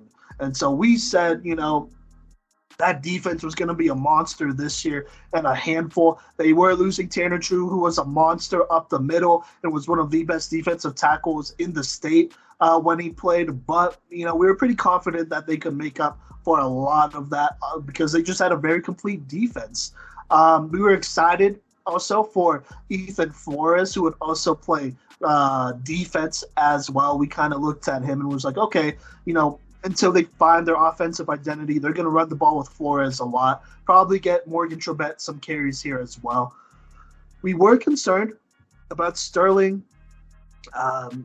We've talked about that. We don't need to talk about that more. Platte Valley, who I said would be a trap game because they were a trap game last year. The Academy and Rez talked about how, there's definitely room for overconfidence.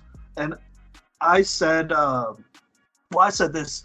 I said Eden needs to prove a point and hammer everybody and play the Eden way every single quarter throughout this whole regular season, and so that there's no overconfidence. I said they need to hammer everyone, and they can't be too lax. Kodey, you said something similar. You said Eden has to play with a lot of confidence, with the mindset and ability that look, we're the defending champs. you got to try and come here and take it away from us. Until then, we run this state and we run two-way. And so that was the vibe with Eden. Let's talk about the regular season here, because with Eden at least, because it was very, very predictable, at least according to us. Kodey or Mason? Mason, actually, do you want to go? Since Kodey talked about them against Sterling and we did that whole thing. Do you want to talk about Eden real quick, Mason? Yeah, I want to say defense wins championships, and God, their defense is insane. All season, first one against Sterling, 63-0, 31-7, 32-0, 50-7, 42-6, 10-6, which obviously against Resurrection Christian winning 10-6, their defense is the reason they won that game. But then University was probably their closest game. And most points scored on them in the regular season, 27-20, they still won. Severance 31-0. Barth did 38-7. Kent Denver 45-6. I don't know how else to put it other than defense wins championships, and it showed here because their defense is that good. And obviously their offense puts up mad points, but on the games that their offense wasn't able to put up that mad points, Resurrection Christian, I guess that's really the only one they didn't put up more than 20. But I guess University as well, 27. Their defense kept them in the game. So defense wins championships, and they are the epiphany of it in the 2A level. By the way, and we'll talk about University here soon. But by the way, in that University game, they didn't have Morgan Trebet. In that Kent Denver game, they didn't have Ethan Flores. They chose to basically to bench both of those guys so that they could recover from their injuries and not injuries, but just stay fresh. So just keep that in mind. That right there just shows smart coaching. Oh yeah, and then against Severance, they had 6 goal line stands. That's that defensive line over there is almost unmatched on any level in all of Colorado.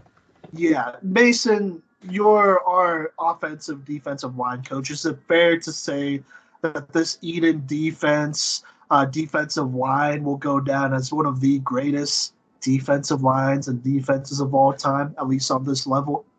On the 2A level, no doubt, but I think this defensive line, just them alone, if you put them on any 5A team, they would shut down almost any squad on the 5A level. They just play and are dogs. That's just what it is. They are insane. They're kind of like that Arapahoe High School this year, man. They just didn't have, the name brand players because they're 2A, which shout out to 2A for, still making dogs. But, they didn't have the name brand players like, Jared Ramos and Jackson Adams. But, God, they are scary good. So I would have loved to see them go face, a 5A offensive line and seeing how this 5A offensive line was even able to handle it. Fair enough. Kodey, you want to talk about Eden here, whether it's their defense or their offense or whatever, this regular season? Let's just talk playoffs. Okay, we could get into that. But before we do, I do want to give a quick shout out to Walker Martin. Definitely a player that emerged for Eden as a quarterback. Gave them a whole new, dimension to their offense. Eden's not usually a passing team like that. But Walker Martin, first off, he doesn't even really play football like that. He's a baseball player. One of the top baseball players, though. But he is a baseball player committed to Arkansas right now. So he really just be playing for fun, which is wild. But definitely added a very interesting dimension to that Eden offense. But before we talk playoffs, I'm going to mention these teams here that we talked about. We talked about Platte Valley while we were talking about Sterling. Said they can have a sneaky good season and upset some teams, but may finish right outside the playoffs. Check. That exactly happened. They did upset some teams, but unfortunately just finished outside the playoffs. Talked Manitou Springs a little bit here. We didn't know that Caleb Allen, the quarterback, tore his ACL, and so would be out for that entire season. And so, whatever predictions we made there, that happened. But we did talk about them and mention them. By the way, their rival, St. Mary's, shut down their football program completely, which is interesting because they have all of their other sports going on. But that's something to keep in mind. Kodey, you actually mentioned Rush when talking about Sterling. said they were returning a lot of players and that they could pose a significant threat to Sterling. Now, you were only talking about Sterling, but that would actually end up being true for a lot of teams. Well, that would, when I held Sterling in a high regard, that then implies anything that would fit under the umbrella of Sterling. So while the Sterling take was wrong, Brush came to play. That's fair. So there we go. We'll talk about Brush here. But, I was just going to jump into, speaking of when Brush made noise. I got one more here. You got one more. God dang. And then early on in the season, we did mention University. It was while we were talking about Eden's schedule. I wrongly said that they should easily beat, Eden should easily beat University, but did do a deeper dive on University near the beginning of the season after the first 2 weeks, and I changed my narrative straight up, and I said that they would be a dark horse team led by Greg Garza with the receivers Tate Chacon, Logan Getting, Caden Padilla, JJ Virgil, all of those guys over there. I was very high on them after their first 2 games, and they proved me right as they would go on and give Eden their biggest scare on that Thursday night, which sucked because it was Thursday night, but felt like a Friday night game where they only lost 27-20 all season, and this includes the playoffs. They were the only team to have a lead over Eden in the fourth quarter. That's important to keep in mind because after that, University, they would lose to Eden there. But, they would play a lot of teams and give a lot of teams a run. They would be Bertold 37-25. Did lose that weird one against Rez, 41-14. It happened, Also lost to Severance, 34-13. It happened. But they would make a nice little playoff run, which we'll talk about later. And then lastly here, actually, we did talk about Severance briefly. Kodey, you were more down on Severance. You said they weren't going to do anything, basically. And then I said, I don't know. We'll see. They're a young program. They're a third-year program going into their third year. And I said I wouldn't be surprised if they were able to make some noise here.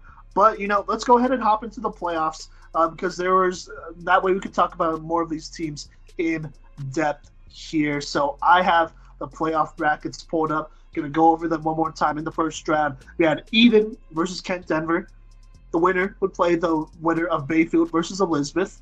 And then we had Delta versus Alamosa. The winner would play the winner of Moffat County versus University. Then on the other side of the bracket, we had Rez versus La Junta. The winner of that one would play Brush versus Basalt. And then we had Severance versus Platte Valley. Oh, so they did make the playoffs, but they were kind of on that edge there. But they would play the winner of Northfield TCA.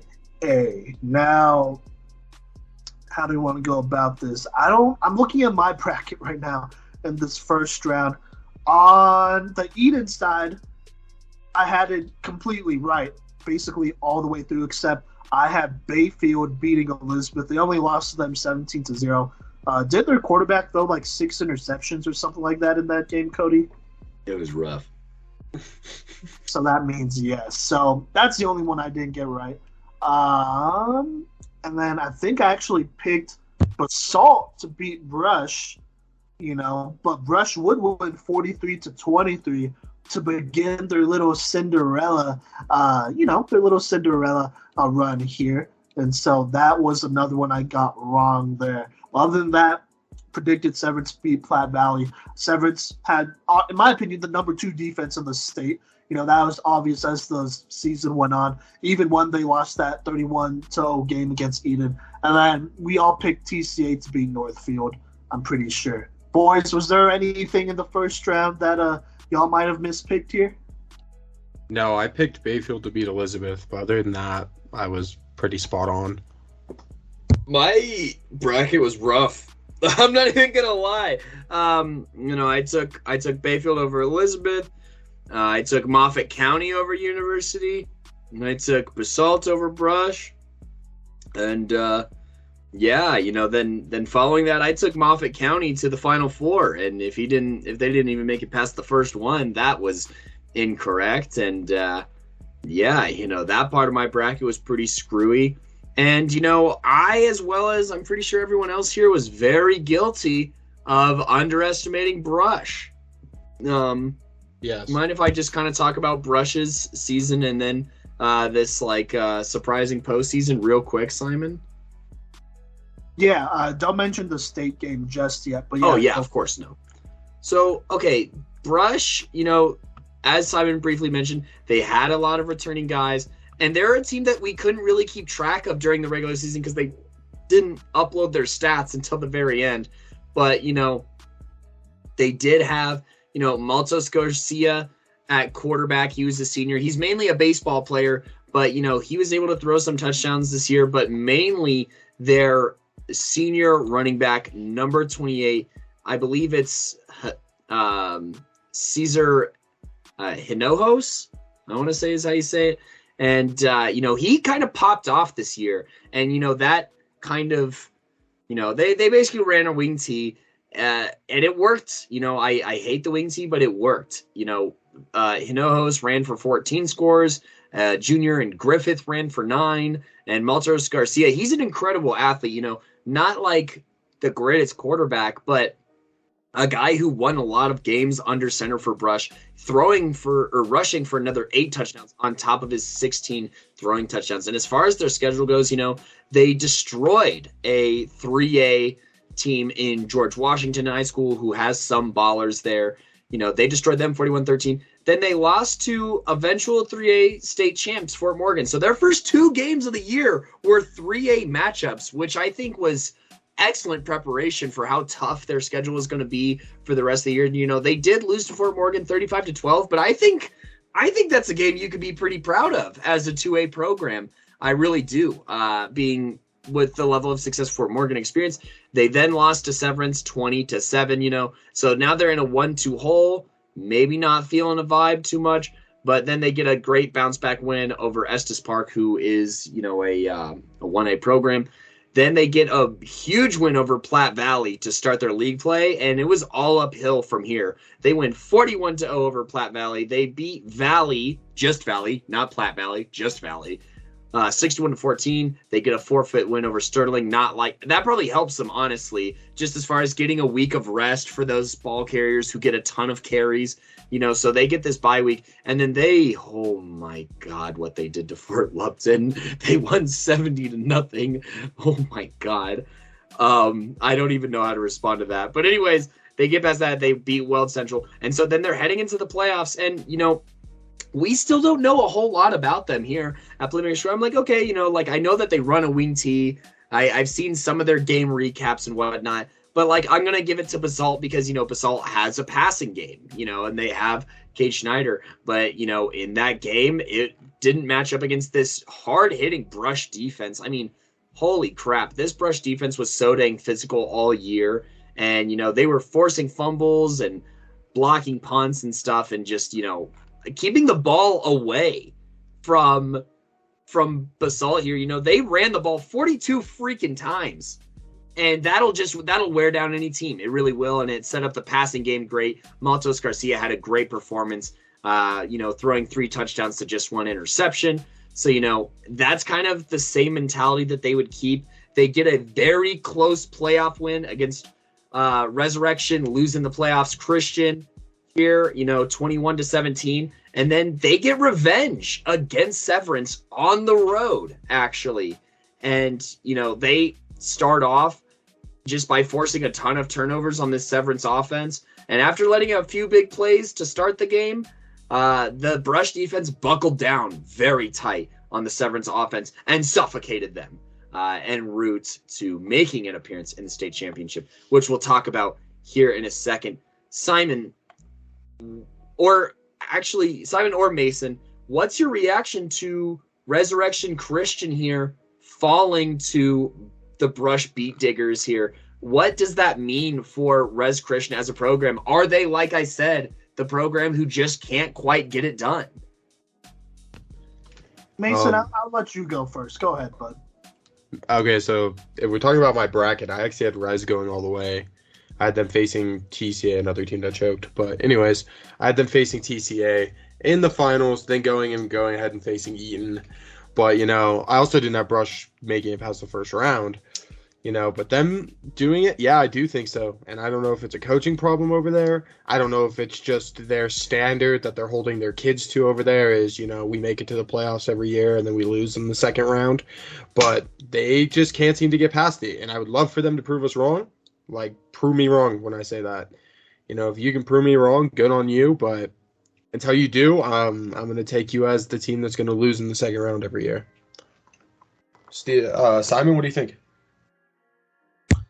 I'm not worried. I think Rez is fine. I don't think this game really meant anything. I mean, sure, you could be like, oh, they were killing everyone going in. That's fine, but the way Brush played Eden and State even, I could easily see why they made it.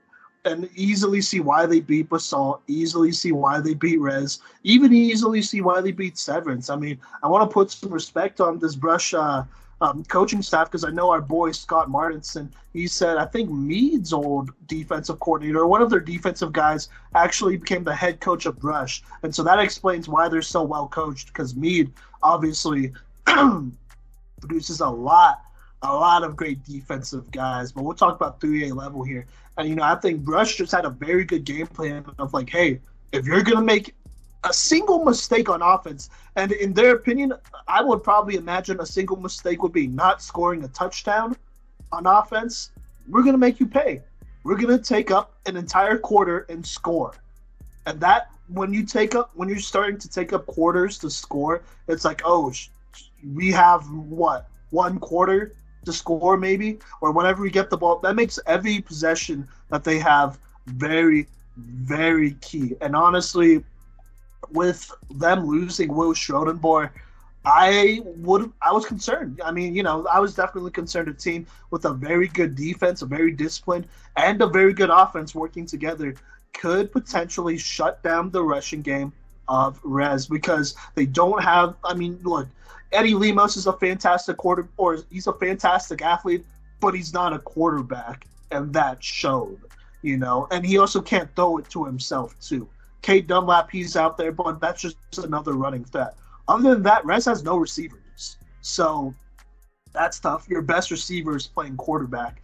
And obviously you knew this going in, but I think like a lot of these teams, they underestimated Rush, and they're like, oh, shoot, okay. They had a very good game plan. They executed. And, for that, I think, of course, it was shocking when they lost.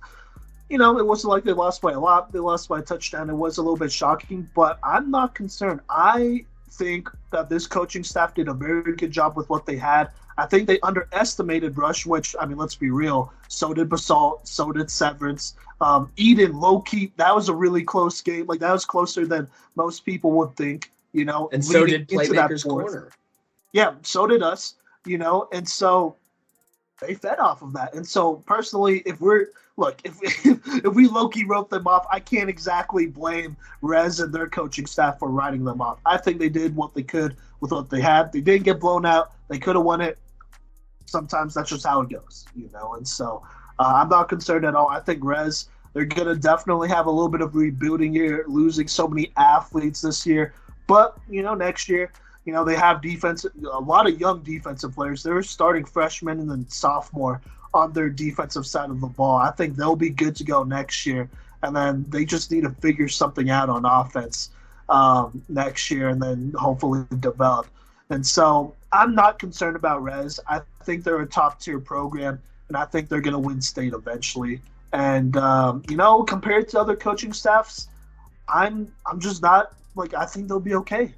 And so, let's talk about some coaching staffs that are, in my opinion, should be cut and are on the hot seat. So, going into the second round, Eden, they beat Elizabeth. That was expected. They already did it earlier on. They basically had the same score in that game, so that's really interesting, as they did in the regular season. So they moved on. University having their first playoff game in the first one this millennium, because the last one was back before 2000.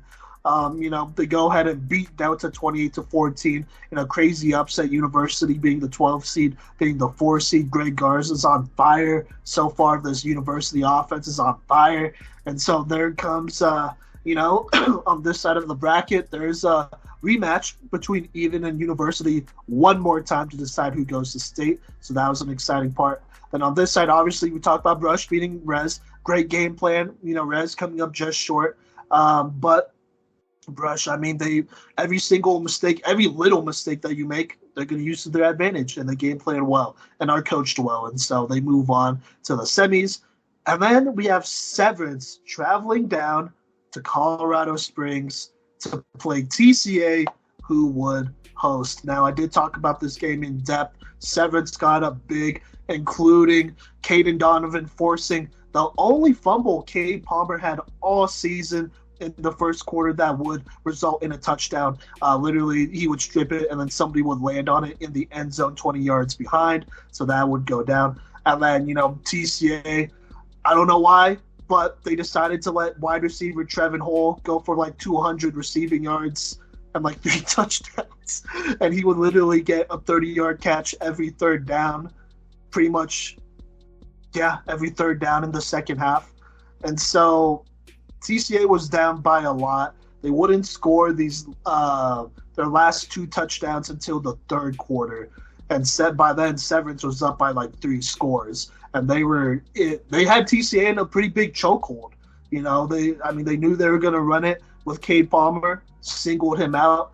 Obviously, Severance, they have Caden Donovan, Colby Runner, the Gazdick boys. I got to meet the oldest one, so there you go. They have a bunch of dogs out there, too.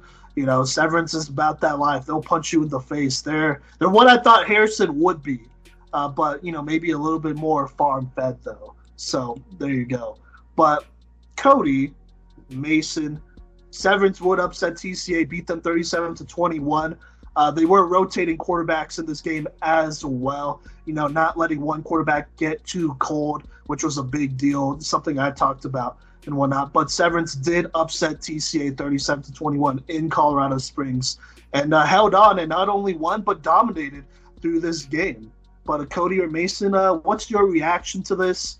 What do you think about this TCA coaching staff and their lack of, ability to adjust in general? My main question is it a lack of ability to adjust or a lack of being able to develop players to face teams that aren't really easy like they do in the regular season? Because, I would say they had the players for sure. They had players that could have made plays. But so then that's on them. That's all coaching then. If you're not going to put your playmakers in a spot to make a play, then you shouldn't be coaching a high school football team. You shouldn't be coaching a middle school football team. I think it's also important to throw out there as well. After Cade Palmer was kind of getting shut down, and he was doing his best. He did break off like a big 50-plus yard rushing touchdown to start the third quarter and whatnot. But after that, they tried throwing the ball a lot more with their quarterback, Sam, who never even had 20 passing attempts this season, never really even approached it this season. And so it was obvious because Sam was missing everything I said in the preseason. Screen passes, a lot of slants. One of those slants was a bad interception. It was behind and it was high. He threw it to Caden Donovan is what happened. And then he did miss 4 or 5 deep shots here to Segovia. Kodey, what do you think about this? Same stuff, different day. First off, I want to put some respect on Severance's name. I did not see their skyrocketing happening so quickly as a program, but, they really put in the work and got it done, this season. And obviously, smacking around TCA is a huge accomplishment. And for TCA, I think it's just complacency. TCA is fine, I guess, with going to the playoffs and losing every year. One way or another, whether it's to a team that literally can't pass the ball in the spring season or whether it's, a program that's in its third year. TCA, they just don't really I just don't think that they care enough to try and win these games. Well, to be fair, Kodey, Simon did just say basically TCA can't pass the ball either, so. I mean, look, learning to pass the ball against Severance is a very bad spot to be with the defense that they had. And obviously, Caden Donovan being one of the top dogs in the state. And playing in the freaking East-West Bowl with a couple of other Severance boys, that is not the time to figure it out. You should already have it figured out. Take your scheduling more seriously too. Like, they're fine with going undefeated in the regular season against a bunch of nobodies and then losing the playoffs against a legitimate powerhouse. So schedule some tough games during the regular season. Lose a regular season game and then adapt from it.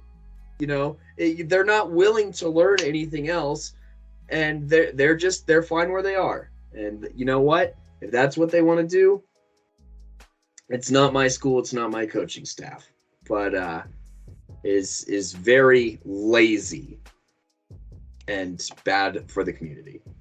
Oh, it's bad for the community, all right. Okay, well, a very big disappointment. Probably one of the biggest blunders of any team. Well, any team that's, not 5A this season. But I do want to ask y'all one last question. Did this playoff loss affect your willingness to pick TCA in future seasons, playoffs, to potentially go to state or win a championship? In my opinion, look, it does. I felt like this was probably the most talented athletic group this TCA football team has ever had. You had the only D1 player in all of 2A in Cade Palmer. You had a quarterback who I felt like was talented enough to get it done. You had Matthew Segovia, who in my opinion should have had 1,000 receiving yards or scrimmage yards at least, when in fact he only had 400 combined between receiving and rushing. You had Eric Gundy, obviously. You had a line that honestly didn't show much trouble. I mean, against Severance, there were some troubles there, but I mean, when you're stacking the box with 10 fulls, then it's like, or like 8 players, it's kind of hard to block all 8 players when you can't pass the ball and take some guys out of the box. And so, there you go. So they had a line, they had guys that were in there. They had, they still have guys going into next year, have some players like Eric Gundy coming back and whatnot. But just moving forward, did this playoff game affect, whether you're going to pick them or not in the future? I was kind of already on that path. Based off everything you filled me in with, Simon being our TCA insider and alumni, being a Titan himself, I was like, yeah, that they shouldn't have lost this state game. Looking through the rifle matchup and whatnot, and Simon showing me highlights, I'm like, they probably should have won this state game, honestly. And if only they had another dimension on offense that is right in front of them, but they just fail to utilize it. And this sounds like the status quo at TCA. So, I think for me personally, man, I hate to doubt athletes. I just hate to doubt them in general. So, yes, it will change how I think of them just because of like a coaching staff in general. You can't beat bad coaching. You can't. Some athletes can take it on themselves, but, obviously, like you said, this is probably the most talented team they've had over at TCA, and they lose to Severance because their coaching staff, not because of the kids. So, athlete-wise, I don't want to doubt the athletes, but I'm going to doubt the coaching staff through and through. All right, fair enough. Well, we'll leave that there. Yeah, that's a big talking point, but we'll keep this thing going. Let me start with Brush versus Severance. So Brush would beat Severance 35-18, playing a very, very clean game. Severance, as good as they are on defense, they're not bad on offense. I just think quarterback-wise, yeah, it could go back and forth, and especially when, they were probably splitting snaps between their junior and sophomore quarterback. That could definitely be a little bit of a problem. And so Severance had a good run, but unfortunately does come short of the semifinals. By the way, they've made the semis every year except 1 year so far in their existence. So a very good team, a very well coached, very good defense, but they'll be back. So there's that. Do y'all want to react to that real quick, that Brush and Severance game, before we get to the other side of the bracket? I was shook, but watching the game recap, I wasn't surprised, if that makes sense. Brush's defense played stout, and their running game wore him down. And that's what they did to everyone. They just put him through the meat grinder. No, that's kind of where I was at. Brush just runs, and they run a lot. And they're not afraid to just keep throwing it down your throat until eventually it gets to where it is. And, that's exactly what they did. And also Severance, making it to at least the semis in almost every one of their years. That's pretty insane for them as a squad. So congrats to them.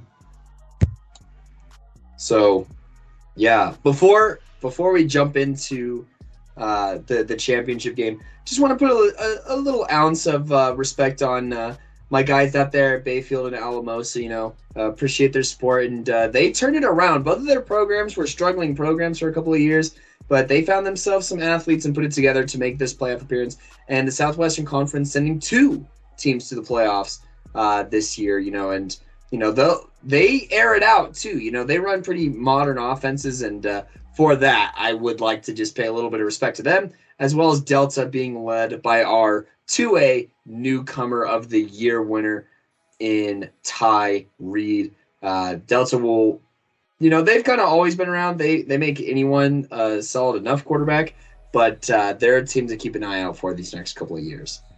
But all right. I don't know if we want to talk about anything else other than Simon talking about his former students here and how they did in the postseason and the chip. Yes, we will talk about it. But first, I want to talk about Eden versus University, the rematch, the last game at Eden High School.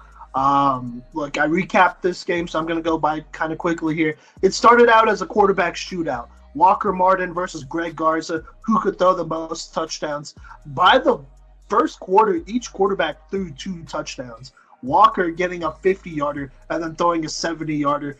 Greg Garza leading very good drives, including one where he threw an absolute dot to the corner to his boy Kaden Padilla, who just barely got a step on the cornerback, and Kaden had to dive for that touchdown there. And so this was a very close game. Eden would pull in front with a big second quarter, and then the third quarter, University will put some drives together here to kind of make this thing closer. But fourth quarter, this Eden town was about to go crazy, honestly, but it started raining. A lot of bad weather. University they just simply couldn't throw the ball anymore because it was just so bad, just really windy, raining a lot, low-key kind of sleet almost, It was just nasty weather, but Eden would come out and get the dub 39-24, but not without getting a couple of heart attacks in the first quarter and in the first half in general, because this University squad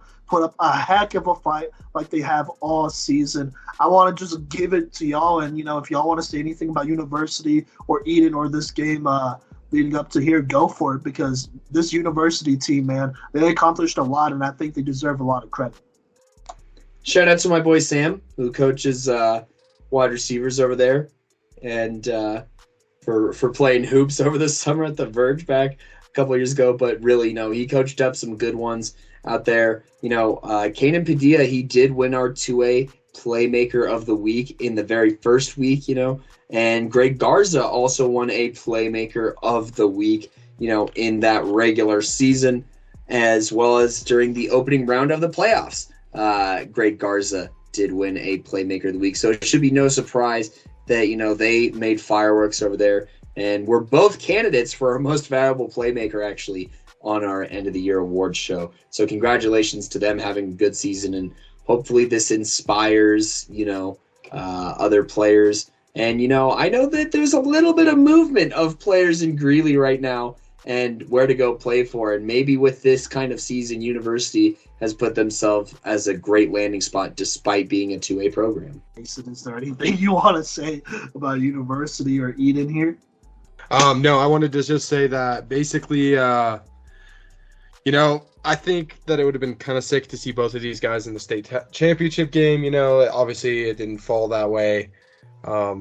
both these teams are insane, and University put up a fight against Eaton being the only team that scored 20 on them all season, not once but twice. So they put up the best fight that anyone could have, and it's they got a squad over there, and they got some great coaches over there. So I'm excited to see where they're going to be in the future. All right, well, there you go. Greg Garza, by the way, winning our 2A MVP award, and potentially being a quarterback on one of our top 5 seniors list. Just going to throw that out there. But University, a very good season, in my opinion. Would have loved to see them in state, but unfortunately they did have to go against a very dominant Eden team who we predicted to go to state and win it. So here we are, Eden versus Brush. Brush, the underdogs, upsetting pretty much every team, except for Basalt. But basically upsetting pretty much every team leading up to this game. This game was really close, not going to lie. They were locked at, I think 14-14 for a really long time. I felt Eden would have a very big fourth quarter led by Ryan Dirksen, who would not only rip off a 50-plus yard rushing touchdown, but also will get 2 sacks in the fourth quarter. One would end a Brush drive with a lot of potential. The other one would basically end the very last Brush offensive drive of their season on 4th down. And so with that being said, Eden would go on and win 26-14, go on back-to-back for the first time in a really long time, and defending their chip successfully, having an undefeated season, being the only team in Colorado to have except for Centauri, sorry. Other than Centauri, being the only team to have an undefeated season. So there you go there. Kodey or Mason, you could talk about this game if you want. And just anything about this was a very good game. I would say, the only thing I want to throw out there is that it was very obvious that Brush didn't have the kind of players that Eden had skill-wise, and that there were definitely some mismatches there, very obvious mismatches there. But Kodey or Mason, do you want to talk about this game real quick as we end this 2A season in review? I think the biggest difference maker for me was, like I said, Eaton's defensive line, man. When you run a wing T, you don't want to face a buzzsaw of a defensive line. And yes, don't get me wrong, Brush still got it, down. They still scored some points and stuff. But this defensive line was eating, all day up the middle. And, I think that was the biggest difference maker for me, And when we saw Brush try and throw the ball a couple times, it was pretty rough. So I think that's my biggest take from that game. Don't mess with Eaton's defensive line. Kodey? Picked him to win state, and they did. Shout out to Brush, who actually was leading Eaton heading into that fourth quarter because Eaton did miss a PAT. So Brush was ahead by a single point. And, they were, especially in that first half, they were kind of – Eden was not expecting this, and they were slacking, and Brush was very opportunistic, and, shout out to Brush, for their successful season. But ultimately, Eaton goes back-to-back and closes off the last year on that field with a storybook-like ending. And, they have some candidates for Defensive Playmaker of the Year. They have candidates for Offensive Playmaker of the Year. I believe Mason voted both Ryan Dirksen and Walker Martin for his votes, if I recall correctly. And yes, I did. If they weren't such a well-rounded team, they definitely would have somebody at Most Valuable Playmaker as well. But overall, a great year, and a fun 2A awards show involving some of their guys as well. Yeah, no, for sure. Eden, they will be moving to an entirely new building, hopefully next year if everything goes right. So they'll be at a whole new spot. They will also be upgrading to a stadium. I don't know if y'all have ever seen Platte Valley Stadium, but they'll be upgrading to something similar like that, a lot more bigger than the stands, Kodey, you and I were in, holding a lot more people, because even that playoff game was really cramped. Like, there are people, like, on the fences, like, everywhere. It was wild, and in the baseball field next to it just to watch that last playoff game on the field. And so Eden getting a couple upgrades there. Rush, unfortunately, they did lose. But, we'll keep an eye on them because they have some good coaching over there. Now, I want to ask y'all one last question before we end the season in review here. But Eden, they're graduating Ethan Flores. They're graduating Ryan Dirksen. They're graduating Lucas Cass, the Lawrence brothers, Brogan Barr. But they're returning Morgan Trebet. They're starting defensive end. They're returning Ryder True, an all-state linebacker, as a senior. Brother of Tanner True. By the way, Ryder had a very good season this year as well. They'll be returning Walker Martin, their quarterback, who lit it up this year. They're returning Zach Grable, his lead receiver, who, because he lit it up, did his thing as well. They're returning their big tight end, Tate Smith, the 6'6", 230-pound tight end over there. They're returning a lot of guys, despite losing, seniors like Dirk Duncan, Brogan Barr, all the guys I just said. But with that being said, do you think Eden is in the contender, conversation for next year? And, would you say that they are potentially a favorite to win it again next year with so many key players returning? I can't write them off, with just their talent pool is very good in general, and the coaches coach them up very good. And, they haven't shown weakness in 2 years. So until they show signs of weakness, it's very hard to bet against them. I'd say for me, like I said, defense wins championships, and you heard how many of their defensive players are coming back. Their defense shut down everybody this year, and I see them doing it again next year. For me personally, I think they're my front runner to win it again. There you go there. Eden continues their dominance and whatnot, potentially. But, we'll just have to see.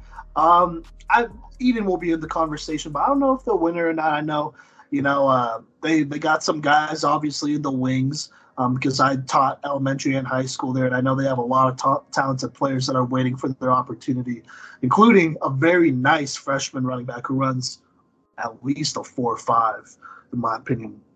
At least a 4.5, because he was killing University's freshman team. And so, there you go. That's our 2A season in review. Thank you so much to all the 2A fans who have given us so much love, man. I got to shout out my Eden boys in the Eden community. It was so good seeing so many of my former students, a lot of parents, teachers, coaches, some of my personal mentors out there saying hi. I know they support us a lot, but also big shout out to, teams like University as well and Severance who have shown us a whole ton of love, man. University, like all their guys. Oops, sorry about that. That's weird. University, have a bunch of really nice guys, man. Greg Garza is an absolute animal, a next level player for sure. Severance, a young program, but they're ready. I think they're maybe a quarterback away here. I know their younger quarterback, Hoffman, he will be at Team Full Gorilla tryouts tomorrow. I told him to go say what's up to us because I think he will be one of the lone small-town quarterbacks coming to Denver to try out for TFG. So we'll have to see about that. Kodey or Mason, anything you want to say to 2A before we close this segment and move on to 3A? No. Thank you, 2A, for providing me with my worst take of the entire year. However, I did predict Eaton to win in the preseason preview and in the postseason bracket. So I think it balances out more or less. But all those players are super awesome. And, listen to our 2A awards episode to know what 2A is all about. There are some D1 guys on the 2A level, and it's just worth mentioning and worth learning about. I believe that's episode 95 to learn more about 2A. Other than that, coming up next, 3A football.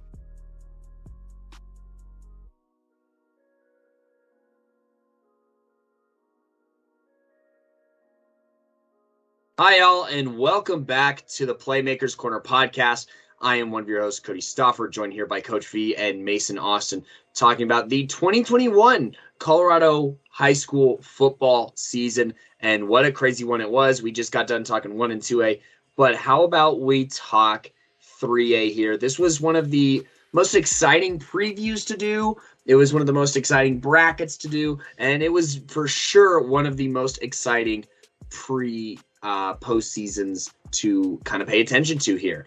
And so kind of to start off here, talking about, kind of around the edge kind of contenders here, talking about the defending spring champions here in Thomas Jefferson High School. I was fairly high on them, I'm not going to lie, probably a little too high in hindsight, but, I was excited about them. Obviously, it was exciting watching them in the spring and watching Avery Shunnison, who was a rated player, I believe, and, watching his film and whatnot, as well as looking at quarterback Austin Lindergreen's stats. I felt like he was an efficient quarterback who could make a lot of plays with his legs and arm.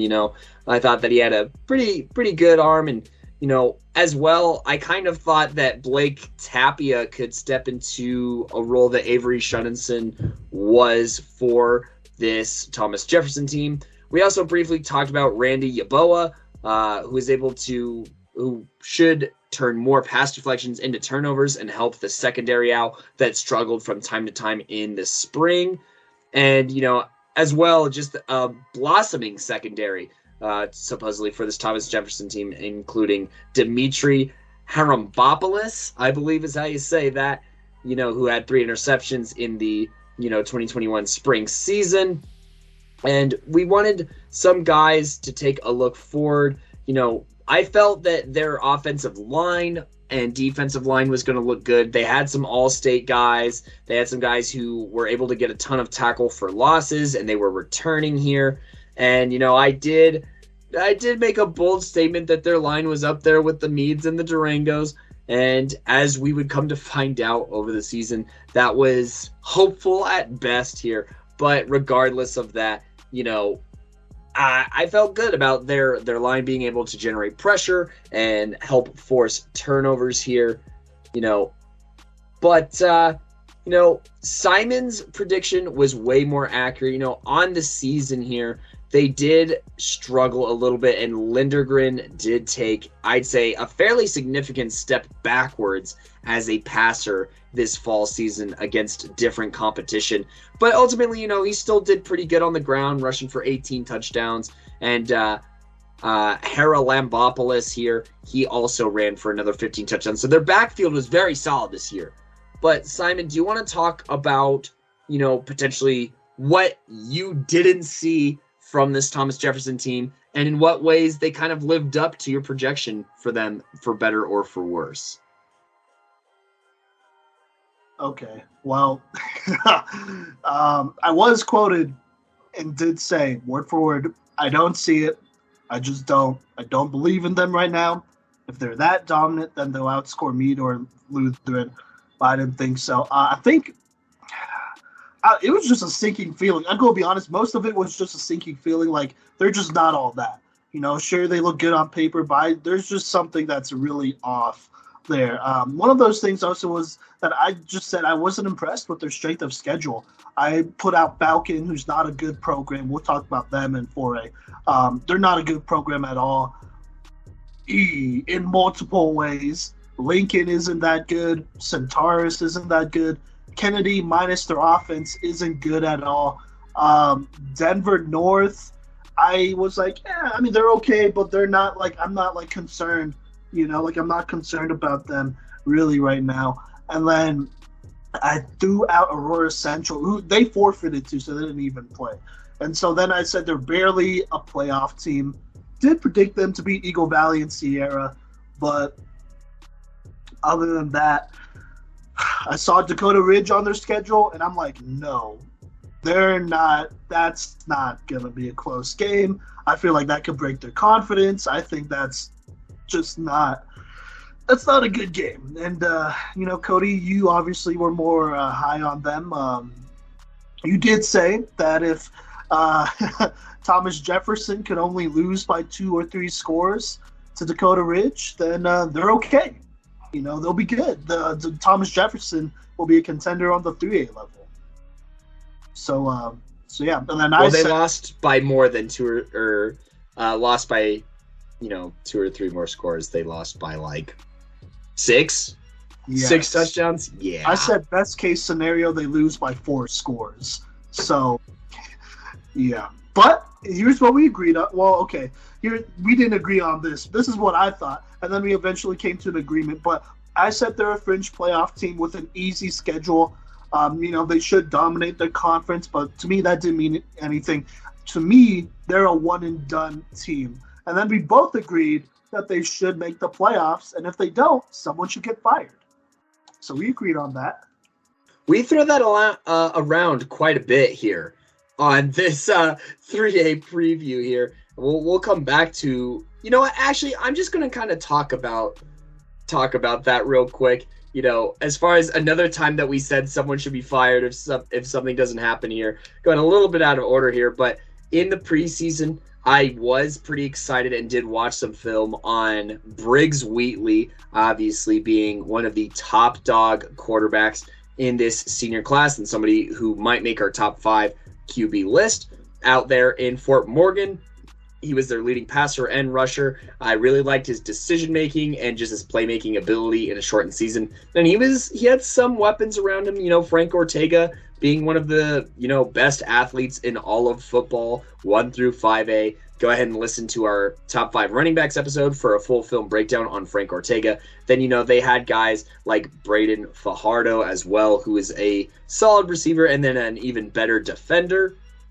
And, I was going to say, if they don't put up 30 points a game, then they're not a contender, which, yeah, that was a little bit cap. I didn't put as much faith in their defense as I thought, because they were graduating 7 of their top 10 tacklers. So I was concerned about their defense for sure and thought that it was all up to the offense to, score like crazy for them.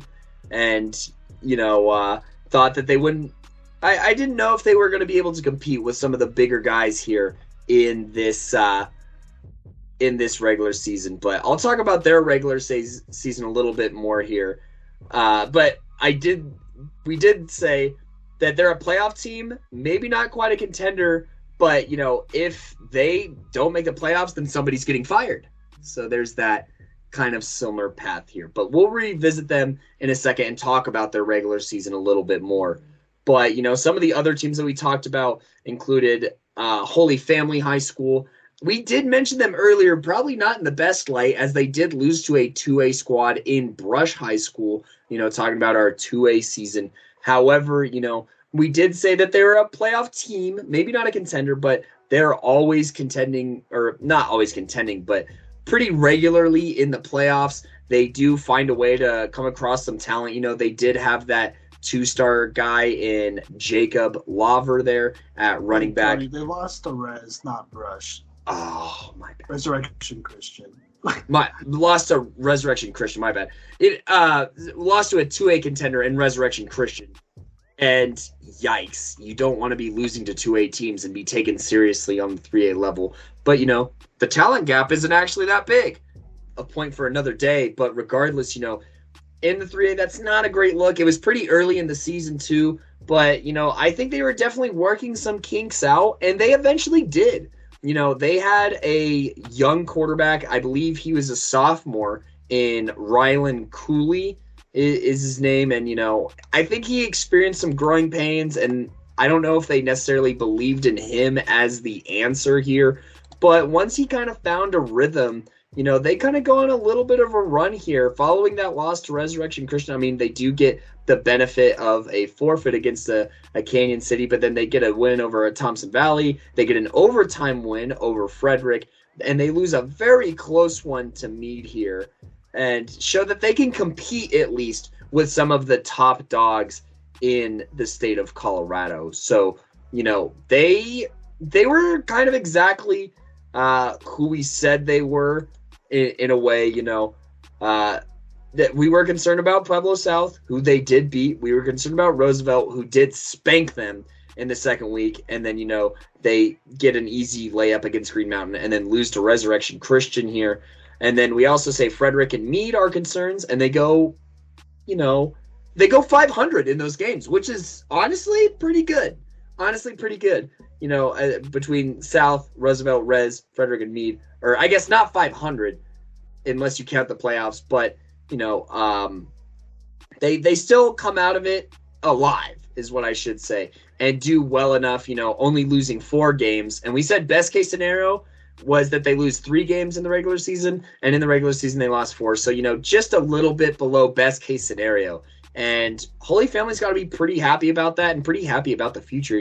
Rylan Cooley throwing 19 touchdowns to only 8 interceptions. And then Jacob, running for 15 scores and 1,078 yards after they graduated both of their running backs and a quarterback. So this was a team that kind of had to piece it together as they went, but eventually figured it out, I'd say.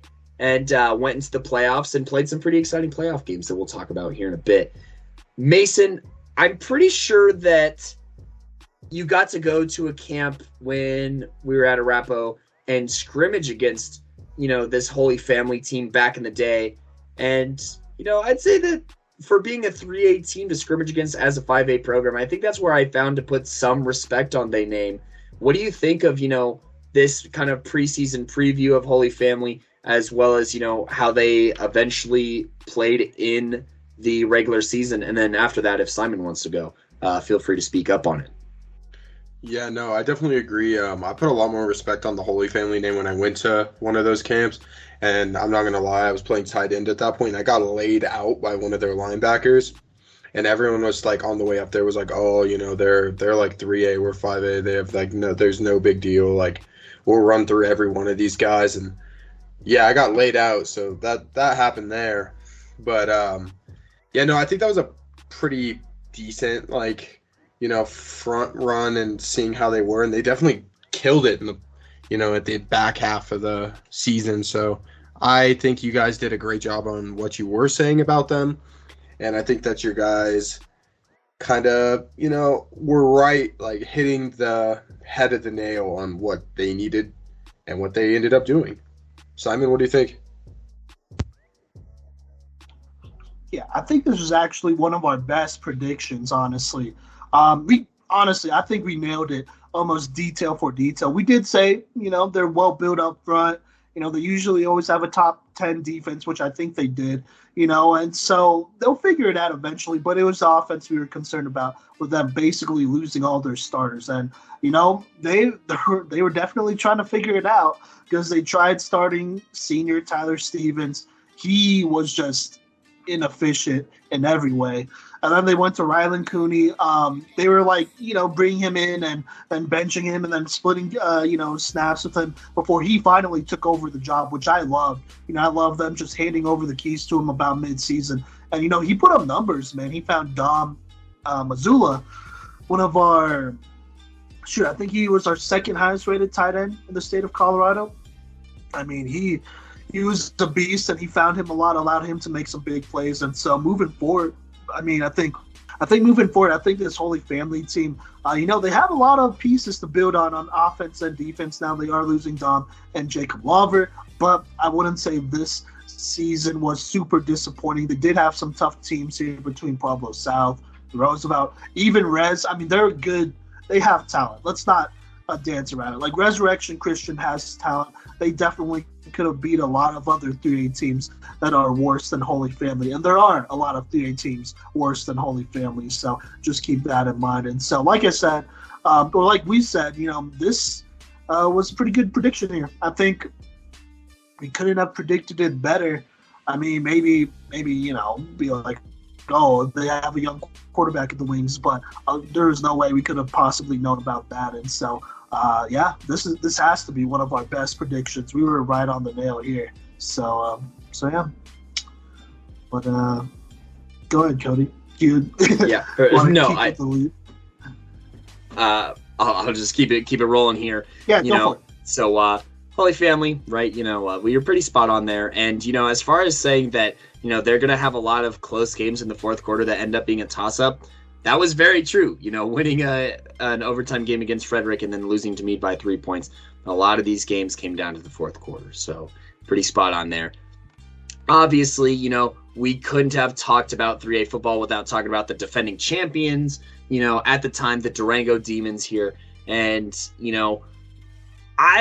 they were losing one of the best quarterbacks in Colorado in Jordan Wolverton, obviously, and graduating, some playmakers for sure. They had a wide receiver as well that graduated, and, they did graduate just quite a few people, but we didn't want to write them off yet here. And, kind of talked about, the biggest question mark was who's going to take over under center for this Durango team. So we kind of shot around some ideas like Jordan Stanley potentially playing quarterback and seeing who is going to step up for this Durango Demons team.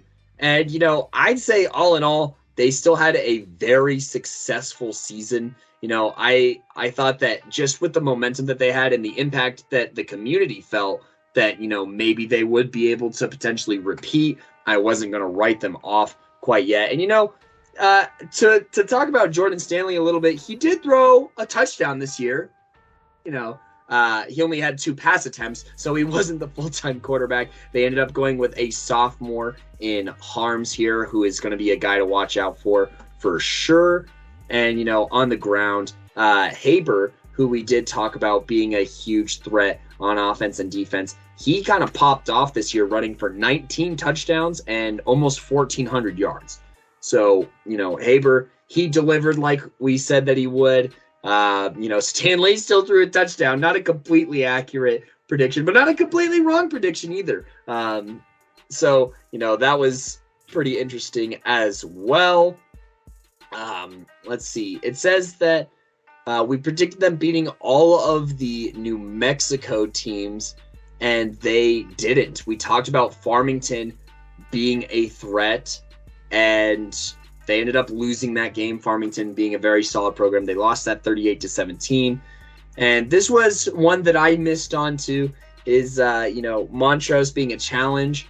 But I said that they should still beat them, and that was actually their biggest loss of the entire year, losing 39-7 to a very solid 4A Montrose squad, who had a pretty decent playoff run themselves on the 4A level.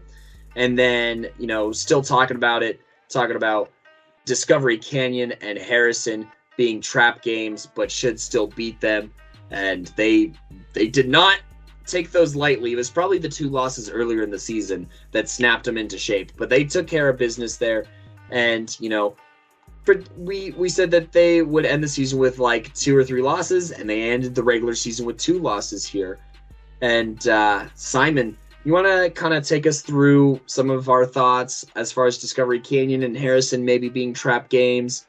And I'd say that our projection on Durango here was pretty dang accurate for not knowing what the depth chart was going to look like. Yeah, we knew Durango was returning a lot of players. They were a very stacked team last year. Jordan Stanley not playing quarterback, that kind of sucks. It would have been fun to watch because he's such a good athlete, but it is what it is. They decided to go with the sophomore and develop him. I actually really like the idea. Durango also, by the way, adding Todd Casabir to their coaching staff, which is absolutely huge. And so I really like that hire for sure. I think Durango, they're going to be dangerous for the next couple years. But with all that being said, we were just going off of the talent that was left after that, after their seniors graduated for the most part. And we were pretty accurate here. Look, we were right saying Farmington was a threat. I'm pretty sure they won state in New Mexico this year on the highest level. You should check that, but I know they went undefeated in the regular season and were blasting other teams by a lot more than what Durango got in that game. And Montrose, they were the 1 seed in 4A, I'm pretty sure. They were a top seed in 4A, so there was no way we could have, predicted that. So all in all, DCC, Harrison, sure, they were trap games, but still beat him took care of business, took care of everyone else on that list as well. And I think this is, right next to our Holy Family prediction, one of our most accurate predictions as well. Low-key on fire with the predictions on 3A. Low-key on fire because, we were on and off with some. And so not too bad. I mean, honestly, Durango, they lost. They went through a lot more injuries than I think most people knew. Check out that Joshua Bates interview. He is their starting center, also still committed to Oklahoma. So there you go. He'll be returning next year. But when we talked with him, he gave us a little bit more insight. He said their starting left tackle tore their ACL. They're starting running back tore his ACL near the end of the season. A lot of torn ACLs, a lot of messed up knees. I think Jordan Stanley might have lost some time as well. They were going through it. Near the end of this season, but they still put up a pretty respectable season. Durango, man, they're building something great over there. Honestly, they could be kings of the South for a while here and just be a dominant program because they're just stacked. They have a lot of great skill players. They have good coaches who are developing a lot of great players over there. I don't know. I'm really excited about this team, but I'm gonna pull back on the reins here. I was about to say pull back on the brakes. That's not a thing. I'm gonna pull back on the reins here while talking about Durango. But they were a team that going into the playoffs was going to be a threat. With those two losses against basically a state champion, and then a team in Montrose that was considered a contender after the regular season. But Kodey, do you want to? Well, okay. Before we get into our picks, because this was the first time we picked two different teams to win state. Do we want to talk about Lutheran here real quick? Or Harrison? Either one. I was about to say, we talk about Harrison being a trap game. I want to let you kind of take the lead on this Harrison squad because, you had me drinking the Harrison Kool-Aid for sure as far as that offensive and defensive line being very stout. So I kind of want to let you kind of take the lead on that Harrison talk. And then Mason, while Simon's talking about this, go ahead and take a look at their schedule. And I want to get Mason's raw reaction to this Harrison prediction being our biggest blunder on the 3A level, admittingly. Well, I don't know about the biggest blunder. Probably my biggest blunder on the 3A level, personally, for sure. But look, here's what we said. So I said that I can see the squad as one that could willpower their way into the playoffs, but it won't look pretty. We knew that. Like, it was going to be a very ugly regular season in an attempt to get back into the playoffs, and that would be tough. We were concerned about them losing all their pass catchers except for two, and the two pass catchers they had caught like a combined maybe 5 passes between the two of them. So that's a big deal. They were also losing their quarterback, which was also a big deal.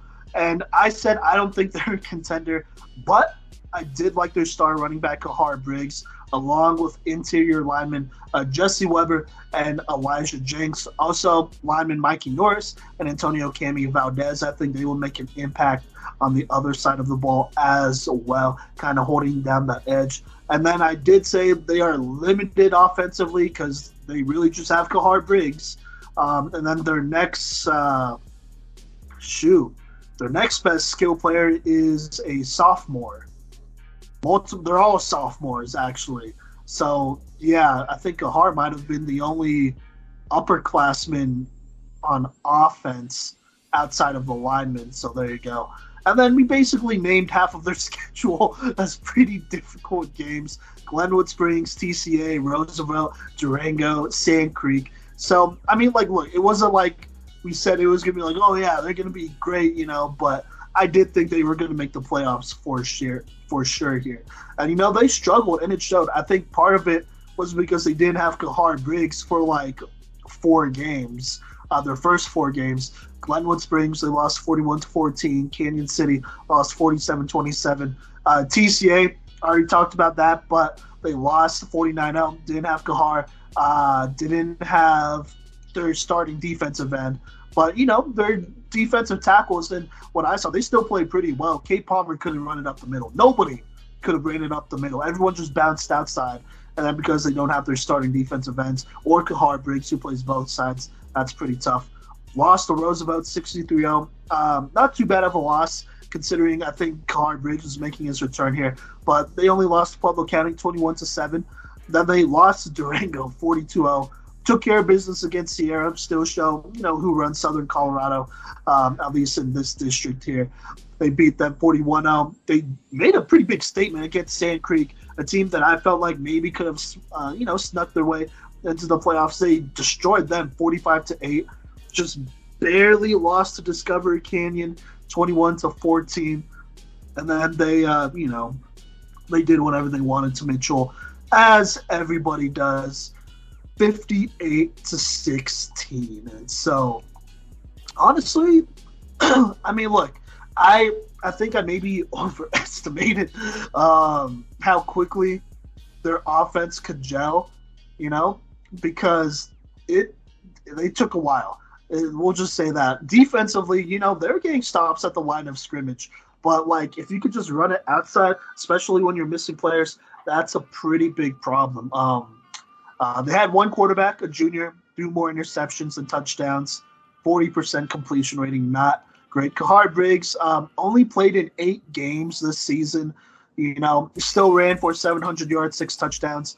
Sophomores, Washington and Preciado, both guys who I label as guys that I'm excited for. They took a step forward. Washington had 582 rushing yards and 6 touchdowns. Kind of splitting carries with Briggs / getting a good start early on in that season.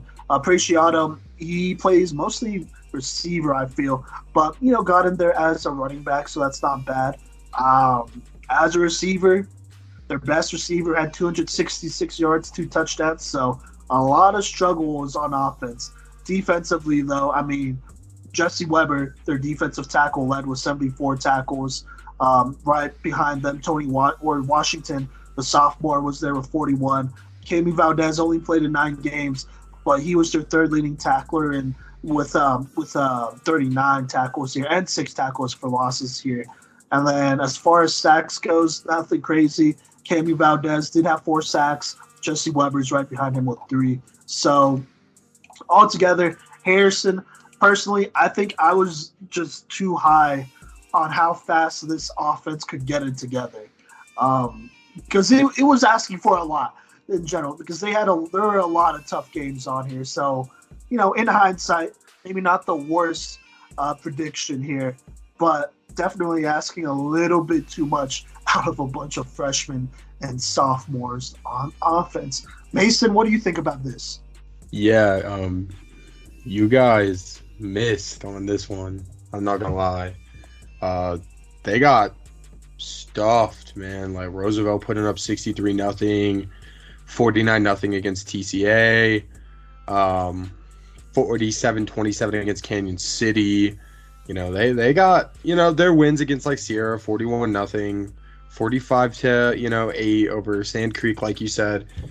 Still someone that you thought could maybe pull it out and make a playoff run. Mitchell, we don't really have to count that one. I think you guys missed on this one, but like you said they're all sophomores and freshmen, so it doesn't mean they can't click, coming into their junior and sophomore seasons, or maybe even their senior and junior seasons. It's all about, like you said, their offense gelling together and see where they're going to be in the next couple of years. And injuries were tough on this Harrison squad as well. Just in general, coming across good health, that'll kneecap almost any season. And I think that you could take away a lot from even the last 4 games, even against Discovery Canyon, a tight loss.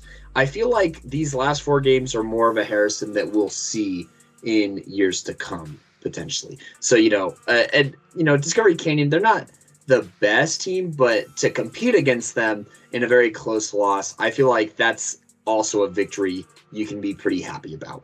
And the teams that they lost to, excluding Canyon City, they're all playoff teams, and they're all good playoff teams nonetheless. Well, not TCA being a good team while playing in the playoffs, but you know what I mean, a solid team that made the playoffs and, is routinely there. So And Glenwood Springs, I know that they're not a playoff team, but they're also a solid squad out there with a lot of young talent. And a team that we briefly talked about, when talking about Basalt, talking about their young QB, Joaquin Sandoval, and he's somebody who had a pretty solid season this year, honestly. Just putting some respect on that Glenwood Springs team that showed us so much support during the regular season. And, their running back as well also had a solid season. And he had a little bit of a qualm not being on our top 5 running backs list, but it was no disrespect. We can get a film breakdown done for him sooner than later here. And while just talking about teams that we briefly mentioned, I did bring up Evergreen because, they've been a successful football program for quite a few years now, and they also have that Tommy Poloski, I believe I feel like I say it wrong every time, but, they have a very solid quarterback there, I think, and they had an incredible season, honestly, going 8-3 this season. They didn't make the playoffs, mainly because of lack of strength of schedule. They beat up on some pretty bad teams in general, and they struggled against some of the better teams here. But, I think that they have a lot to be excited about here in the future, and they were competitive. Just like, and they didn't have a bad season. 8-3 is a very good season here, and they have a lot to be excited about with Paholski moving up. I mean, he had a great season with 21 scores and 21 touchdowns and 5 interceptions. And, they were kind of going through a lot low-key emotionally this year. They did lose one of their top assistant coaches. So, I think that they were going through it quite a bit this year, but with a little bit stronger of a schedule and a little bit more experience heading into that senior year of their quarterback and leading running back, you could see maybe a Griffin Loretano and Noah Martins type of year from them next year. They did make playoffs. What? They faced Durango in the first round. Oh, they faced Durango. Okay. For some reason, this doesn't say playoff game on their schedule. Thank you for correcting me. So, obviously, they had a solid season by all means, only losing 2 in the regular season before running into Durango, who, we talked about being a contender anyways. So, that I'd say that was a solid enough prediction, and, they'll be around for sure. And then lastly, the last team that we briefly mentioned and ended up kind of performing very well is Frederick, who made it into the second round of the playoffs, kind of on the heels of great performances from Parker Ayers. We mentioned how they're returning a lot of players and they should be able to make some noise. And Simon mentioned how they can be a trap game for a lot of contending teams. And they even were, Simon, with a surprising win against Meade in the regular season. So, Simon, how do you feel hitting that one kind of perfectly? Well, that's just Frederick's culture, to be honest with you. They're always pretty solid. They have a good coaching staff. They develop players well. They were able to kind of gain some momentum near the end there, and them beating Meade. That was pretty shocking, but not surprising. That's just how Frederick is. That little trio, Frederick, Roosevelt, Meade, they be taking shots at each other all the time, pretty much every season for the last 20 years, no matter who's more talented. One team could be more talented and the other one could upset them. That's just kind of the relationship of those three have. So yeah, no big surprises there. But I'm glad to see Frederick kind of getting it going there, starting with their senior running back, Parker Ayers. But they definitely have some young guys there that are ready to go next year. They almost had 3,000-yard rushers, like 3 1,000-yard rushers. They had 2, and the third one had 780 yards. So that's freaking nuts. And their quarterback was throwing touchdowns too. Not a lot of pass attempts, but still throwing touchdowns. So, Frederick, they're a team to keep an eye out for. But, before we talk about the rest of that trio of Roosevelt and Meade, there is one team that Simon and I agreed was, a mutual contender. And, they gave us a lot to like, and that was the Lutheran Lions out there. And they had a very successful regular season, not losing a single game.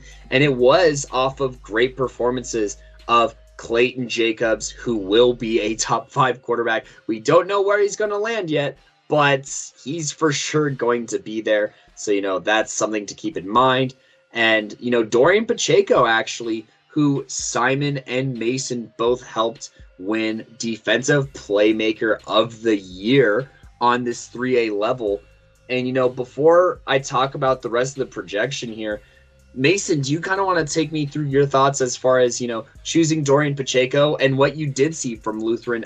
Did you make it out to 1 or 2 games? And based off of what you saw, how much did you believe in Lutheran as a contender on the 3A level? Yeah, so, for Lutheran as a whole, I went out to 1 game. That was with Simon. We left by halftime. They were destroying the other team. Just to say, the quarterback for Lutheran, he throws differently than a lot of quarterbacks in Colorado, and it shows, and he is insane. We went out to that Denver North game, and that's the one that, Simon and I have talked about, the throw that we saw him throw. Simon, I'm pretty sure, has it on video. It was back shoulder. He flipped his hips. It's imprinted on my mind for a reason. But going into Pacheco himself, man, the dude's just an animal. All over the defensive, all over the defense. He does everything for this squad. Here, I'm pulling up his stats right now because this kid, he won it for a reason. He could have honestly been a part of, anybody's list. But why is his stats not pulling up? So basically for him, though, this season he put up just on the defensive side alone, he had, 45 solo tackles, 28, assists, but where he really shined with 4 sacks, and then he also got an interception and a forced fumble. The dude just got it done on the defensive side, man. And there's that plus seeing him in person and him all over, flying all around the field. That's the reason why he won it for me. Simon, your thoughts on Lutheran as well as kind of how the rest of the projection went, or at least regular season wise? Right. Dorian Pacheco is as advertised. I tried getting him into the top 5 inside linebackers list, but it's hard to make it if you're 5'7", 5'8". And so that's a shame, but he's extremely skilled, this Lutheran team, they had a lot of talent. We talked about, their offense with Clayton Jacobs, Dorian Pacheco, Ryan King. By the way, Clayton Jacobs, at least as of right now, me and Kodey still have a couple more quarterbacks to evaluate, but he's one of our highest-rated quarterbacks, if not the highest-rated quarterbacks for both of us. And so that's how highly we think of him and how good he actually is. And so there's that, And so there's definitely that. We talked about their offense, how dominant there will be. Ari Jacobs, our 5th best interior lineman in the state. He's on that squad. He did a lot of good things. He's a very good player. We didn't even talk about, at least I don't think we really talked about Bryce Johnson even in this thing. But obviously he's there. He's committed to CSU doing his thing. Also, our number 2 or 3 rated safety. I think maybe number 3 rated safety in the state. Number 2 rated safety in the state of Colorado. That's Bryce Johnson there. And so this Lutheran team, we were pretty high on them, and they proved us right for a lot of this regular season. We were concerned about their schedule. It was pretty easy.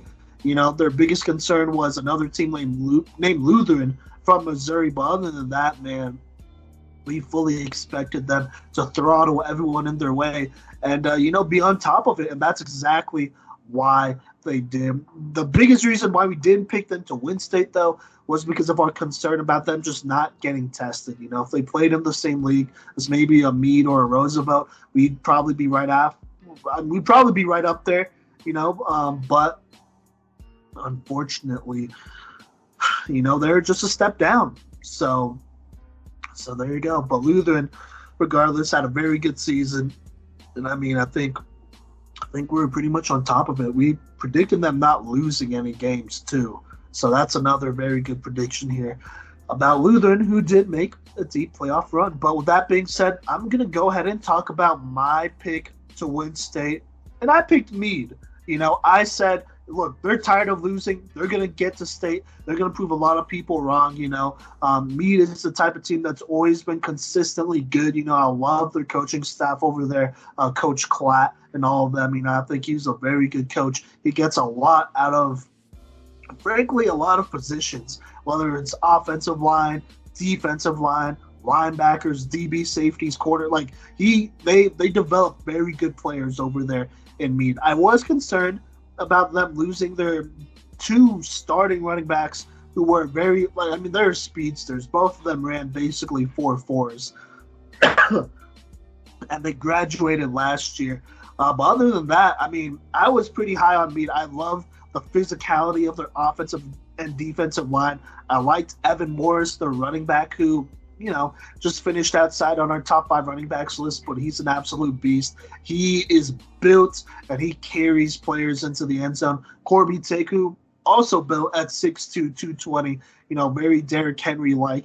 He did his thing as well. I felt like those two guys would be able to pound a lot of teams into submission just because they are so physical. And then I want to throw this out there. I like their quarterback, Gavin Garrettson. I felt like he was somebody who could throw the ball a little bit more here and kind of be a game changer here. He was, he was a senior quarterback with about 2 or 3 years of varsity experience. I was like, okay, that should be good enough to lead Meade at least to state, and so that's why I picked Meade. I felt like the combination of them losing so much and being short and whatnot would be enough to motivate them to play well and make a deep playoff run. Of course, last year in the 2020 season, they didn't even get a chance. Unfortunately, they lost by forfeit, and that's why they didn't really, get to make too much noise in the playoffs there. And they lost because of COVID, but this year was definitely different. And a very interesting year, to say the least, for Meade. Not going to lie, a very up and down year, to say the least. But before I get into that, Kodey, do you want to talk about Roosevelt here? And then we'll ask Mason about his opinions on Roosevelt and Meade, and then talk regular season. Of course, I want to talk about them, Roosevelt Rough Riders, man. I did get to meet with them during the regular season. But, I feel like I still feel pretty good about my prediction here in the preseason, Obviously, they did graduate some serious talent. Their starting quarterback, Brigg, who I had the pleasure of meeting during a regular season game here, he did come back down to watch a game because, his younger brother plays on the team, Bronco Hartson. And, also graduating, Keegan Sturkle, Tommy Brigg, Andrew Cole, and Alex Ricks. But they had plenty of young talent that we did do regular film breakdowns on that did inspire us. Anthony Munoz, he's been very supportive and, borderline play, or at least tries to emulate Anthony Munoz of football legend, of course, but he also is a dog on the defensive side of the ball, just on the line in general. Anthony's phenomenal.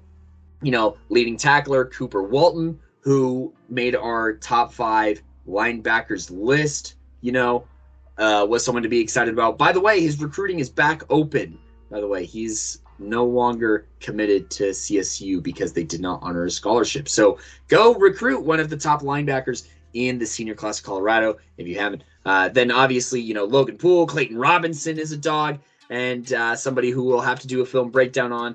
And, just a lot of their leading tacklers came back. And Roosevelt's pride and joy really is that defense. So the question was going to be on offense. They did have Tucker Peterson coming back, who I did a film breakdown on. And also, was in consideration for one of our awards. We'll talk about that a little bit more later. And, Keaton Kaiser was a guy who we were looking at for our top 5 senior wide receivers list. Jaden Herrera was a baller. Ryan Duche and Xavier Ramirez were both dogs in the backfield. And, we were looking for them to take a step forward. So, their biggest question was Brock Saya here. And, I felt with the surrounding cast that he had around him, that was going to be more than enough to bring Roosevelt a state championship. And, I thought that he was going to be the guy who would step up and win the starting job here. And, I was very happy with, these, I was very happy with these predictions. And, to take a look at their regular season here, Roosevelt, we did say, Harrison maybe, which we already addressed that. Holy Family, who they also addressed, their opening game of the season, 49-7 win. Then the next game against Pueblo County, 49-0, 63-0, 41-0, 42-0, 37-7, 62-19. Holy cow, they were just shredding everyone, and each week I was getting more and more confident, and then it came to the Fort Morgan game. They were both undefeated. I circled out on the schedule. I was like, I am making the drive. I don't care if I have to walk the rest of the way. I need to see this game, and boy, did it deliver, And I did say they don't win this. They don't win if this Fort Morgan game turns into a shootout, and it didn't turn into a shootout, and they won this game here. And it's just, also listed here. I don't know if this was me or you, Simon, but saying that it may be a lower scoring game than some expect, that's a great call. That was me. Cool. And it was a 14-7 game.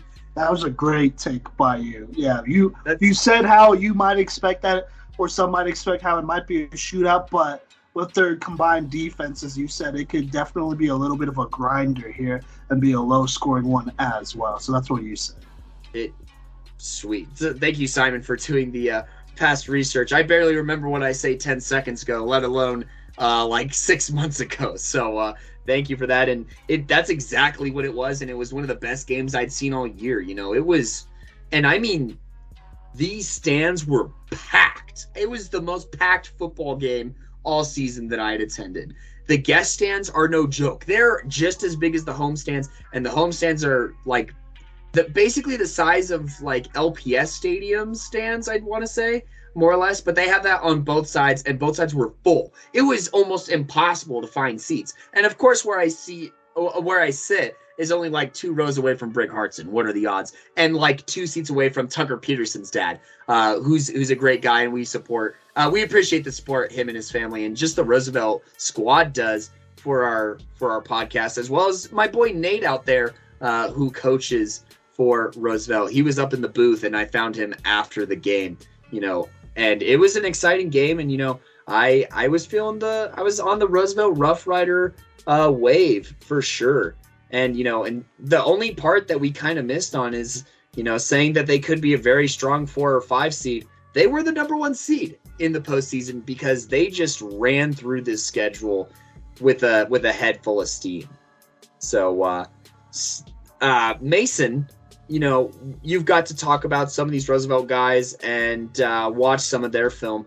What's your reaction to the Rough Rider season? By the way, I love the Rough Rider name. And what they do for their logo on some of their Instagram accounts. I'm a big Teddy Roosevelt guy, so we love the Rough Rider kind of mentality here. But Mason, what's your reaction to the Roosevelt season? And then Simon, I want you to talk about maybe some questions you had and how that will come to play a little bit in the postseason as we transition a little bit. Yeah, no, definitely, man. I really like just Roosevelt's defense. Their defense in all, man, is just, it's kind of built different, if that makes sense. I just want to go, going through their scores again. So their second game of the year, third game of the year, fourth game of the year, fifth game of the year, all goose eggs. All of them. They put up 0 points against this defense. And as you guys showed in one of your linebackers, one of your top 5 linebackers of this season, was a guy from Roosevelt. And then, the most points put up against them in a single game was in the regular season, 19 by Northridge.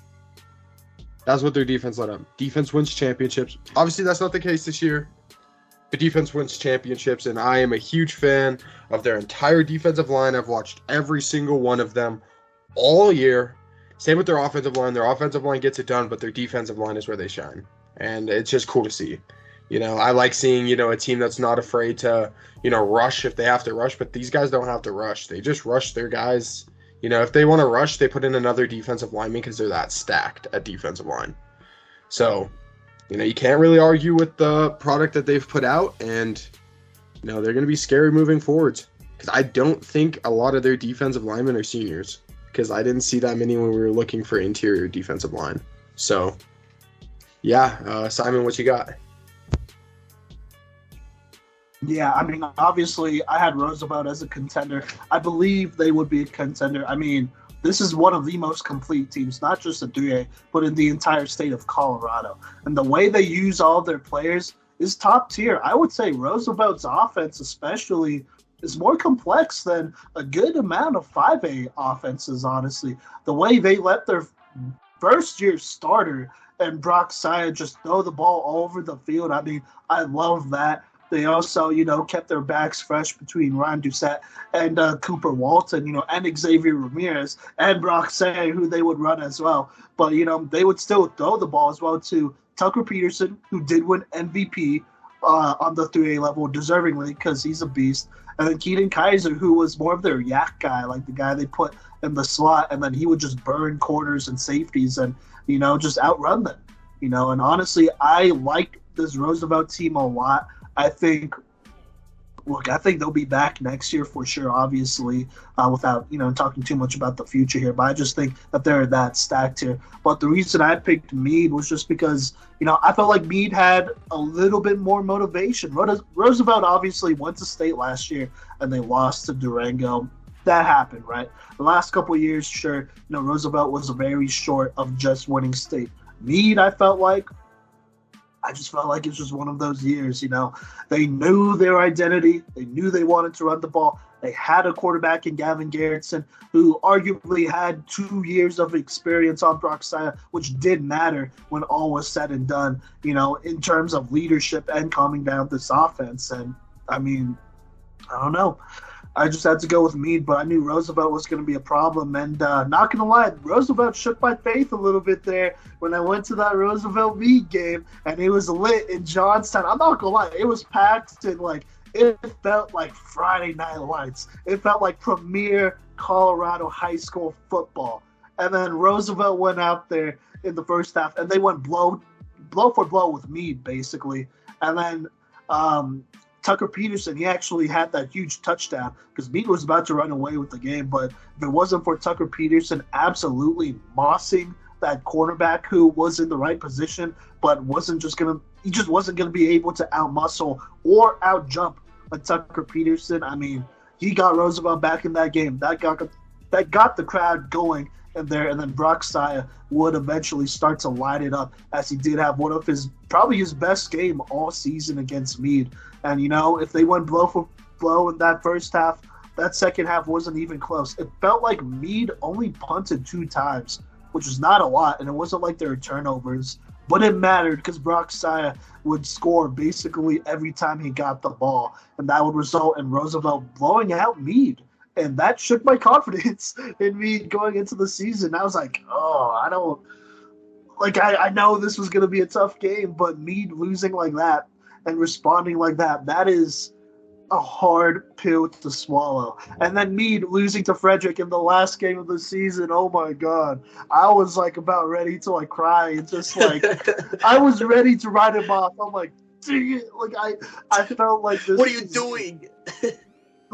Yeah, I was like, what are you doing? And whatnot. You're better than this. You have 2 power backs who could run over everyone and a great, maybe not a great defensive line, but a pretty good defensive line. You can scheme around it, But, still, I don't know. I was very disappointed. But, man, the story of this Meade team going into the playoffs was crazy. Before we do that, though, is there anything else you want to talk about regular season-wise about any of these other teams?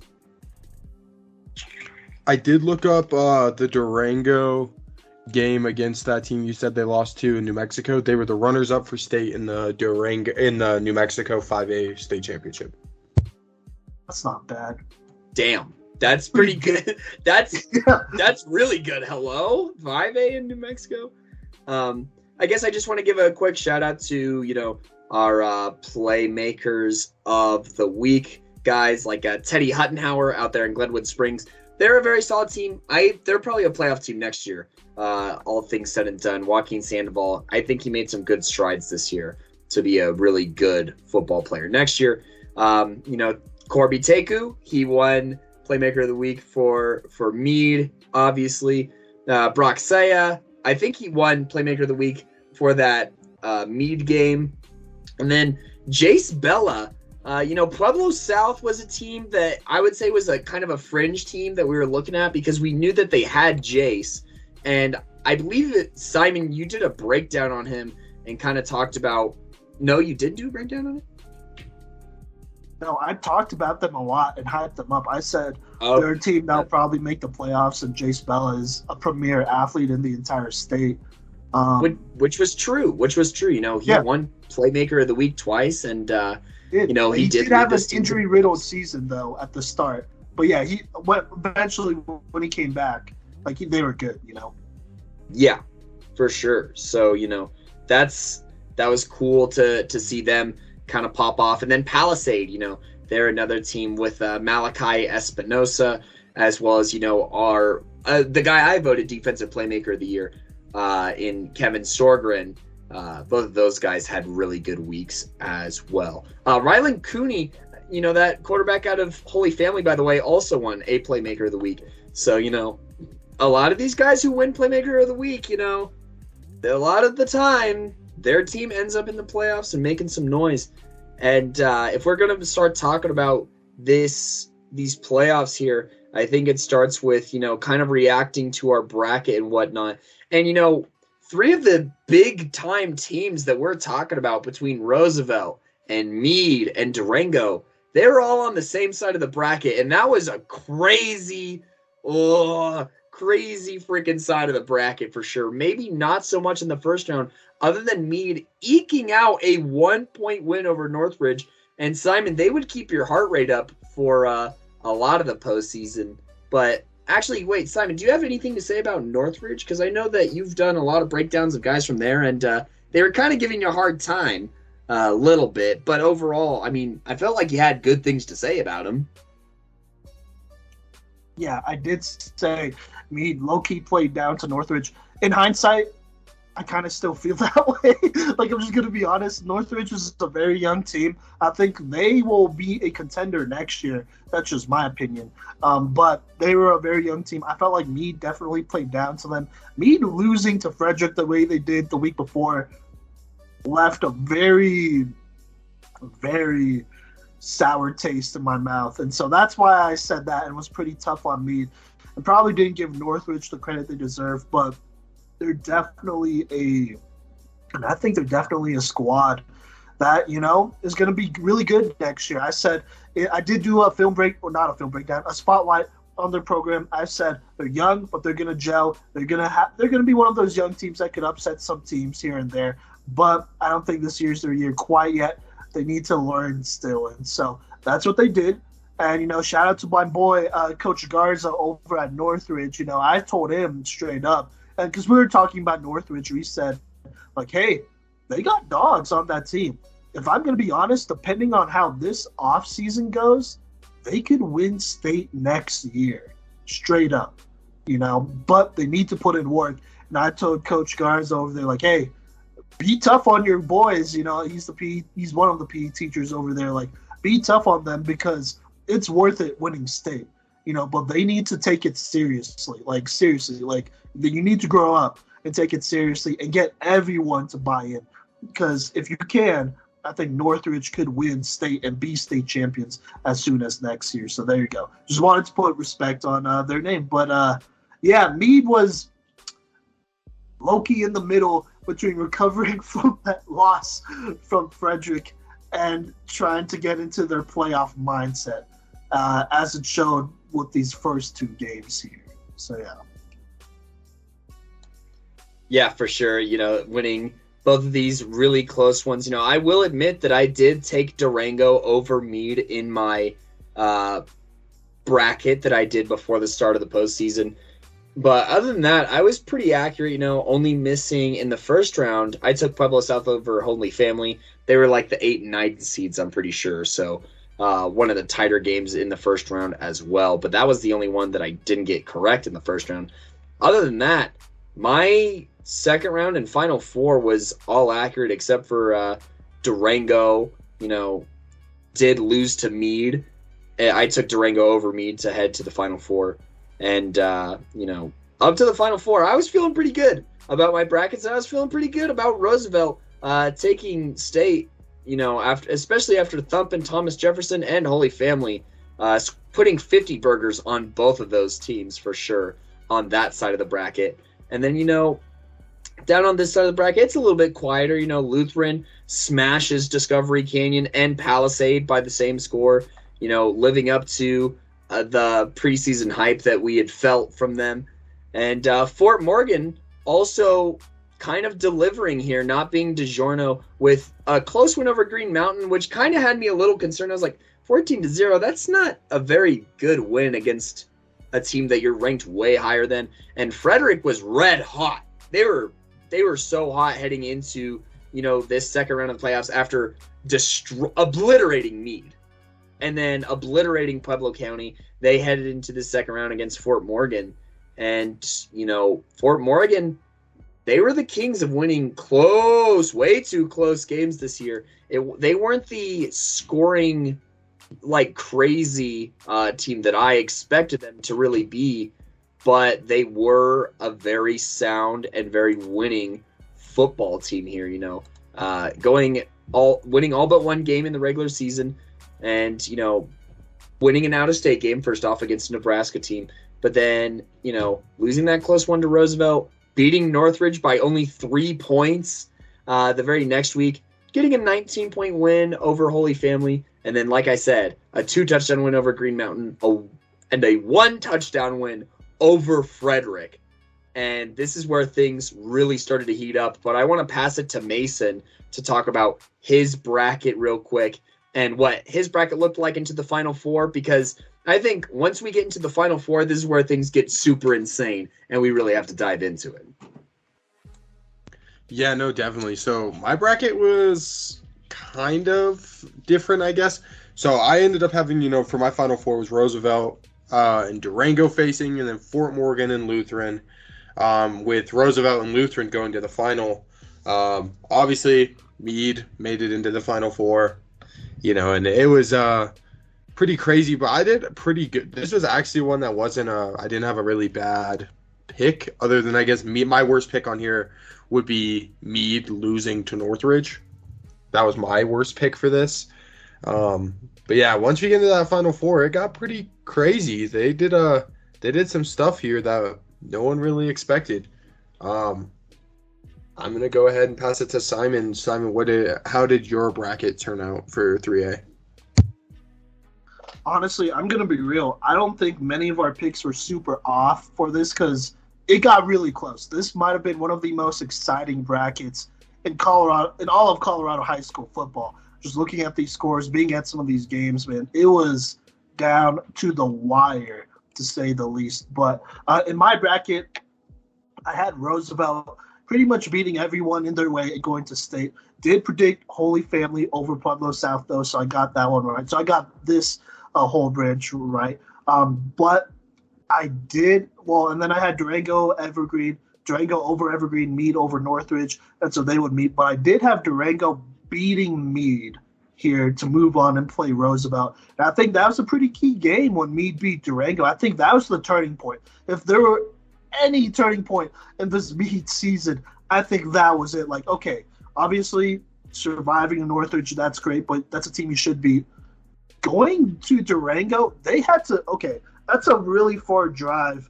They had to stop in a town, like in some I forgot which town it was. I wish I knew what it was because I would shout them out because they had very good hospitality. But they had to stop in a town on the way to Durango on Friday to practice and then traveled the rest of the way. Got a hotel and then traveled the rest of the way to Durango to play that playoff game on Saturday. That's a very far drive, all the way from northern Colorado, basically in Meade, down to southern Colorado to Durango. And so that was going to be tough, you know. And then Durango, I mean, whenever you play in their house, it's going to be trouble, you know, as Josh Bates says, you know, they know how to get down over there. And so that was going to be a tough game. And they eked that one out by 1 point. And that's you already know, that was a hard-hitting, tough, old school, like, we just going to keep punching each other into the jaw type of game until somebody submits, is what it was. And Meade basically survived that one, and I felt pretty good about them going into that Roosevelt game. But still, I was sticking to my predictions here, having Roosevelt going to state. Lutheran, I have them going to state as well. Did actually pick Frederick over Fort Morgan, though. Basically everything that I got the whole first round right, so there you go on both sides of the bracket. But I did predict Frederick to beat Fort Morgan. They almost did. They only lost 21-14. So there's definitely like a universe where, like, you know, Frederick like beat Fort Morgan and made it to the semis. And then I had Lutheran beating Frederick once they got in there. But it was definitely a different story with Fort Morgan and Lutheran here in the semis. Let's just talk about it. Honestly, I mean, the teams that I think all of us were pretty much on the same page. I think we both kind of assumed it would be a Roosevelt and Lutheran state championship. And it was the exact opposite of that, as well. Let's talk about this one on the bottom here, as Fort Morgan would upset Lutheran 23-21. Lutheran had a chance to win the game, but Frank Ortega did come up with a really big interception in the end zone. One of the best interceptions I've seen all season, to be honest with you. Not even that bad of a ball from Clayton Jacobs to close them out and send the Mustangs to state. I was shocked, honestly. Kodey, what did you think about that game there, Fort Morgan beating Lutheran?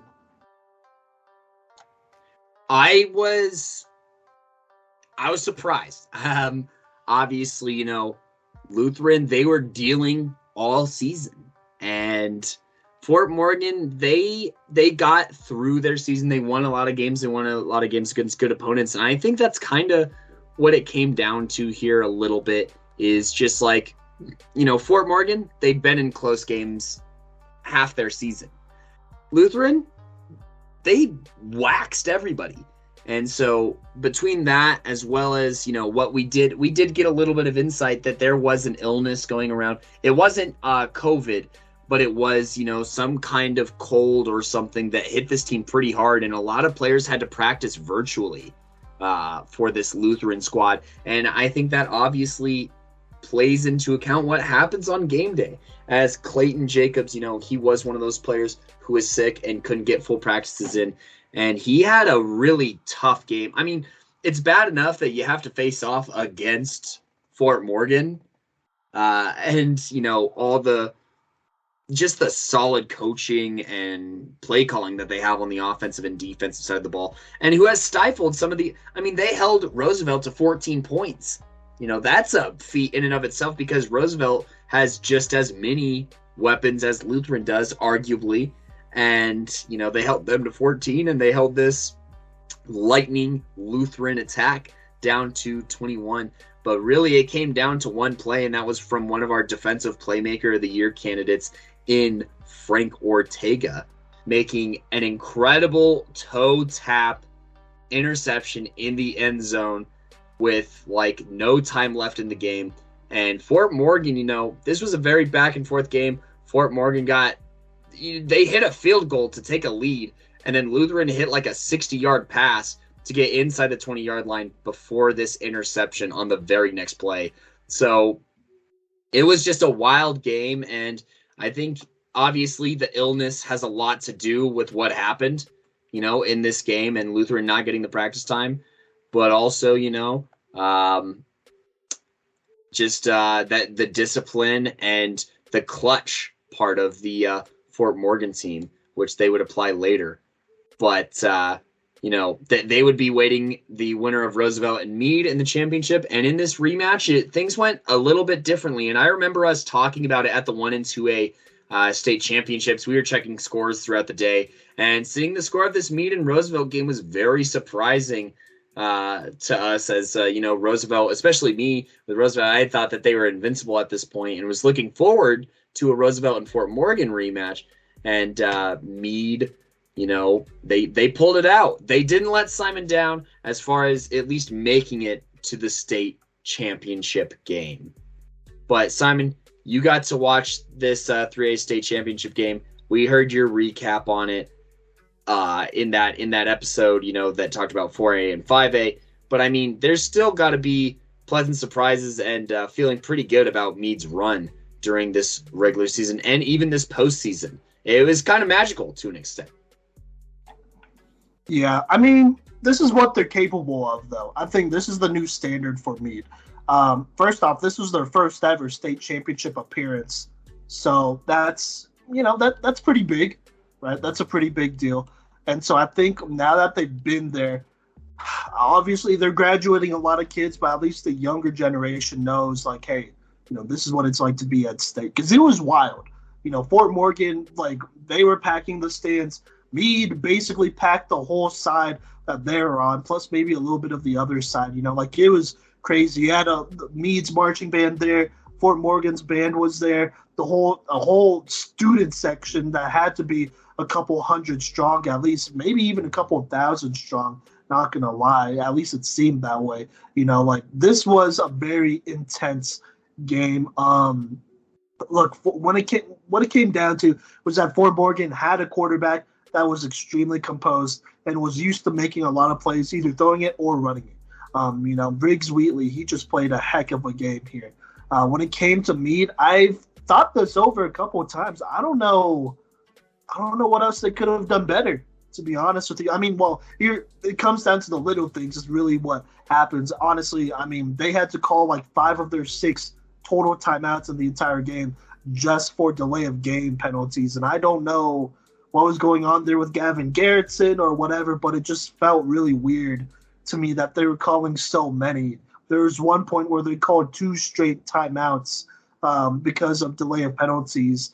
And then even though they were on offense, which was wild, they did that in the first half and the second half.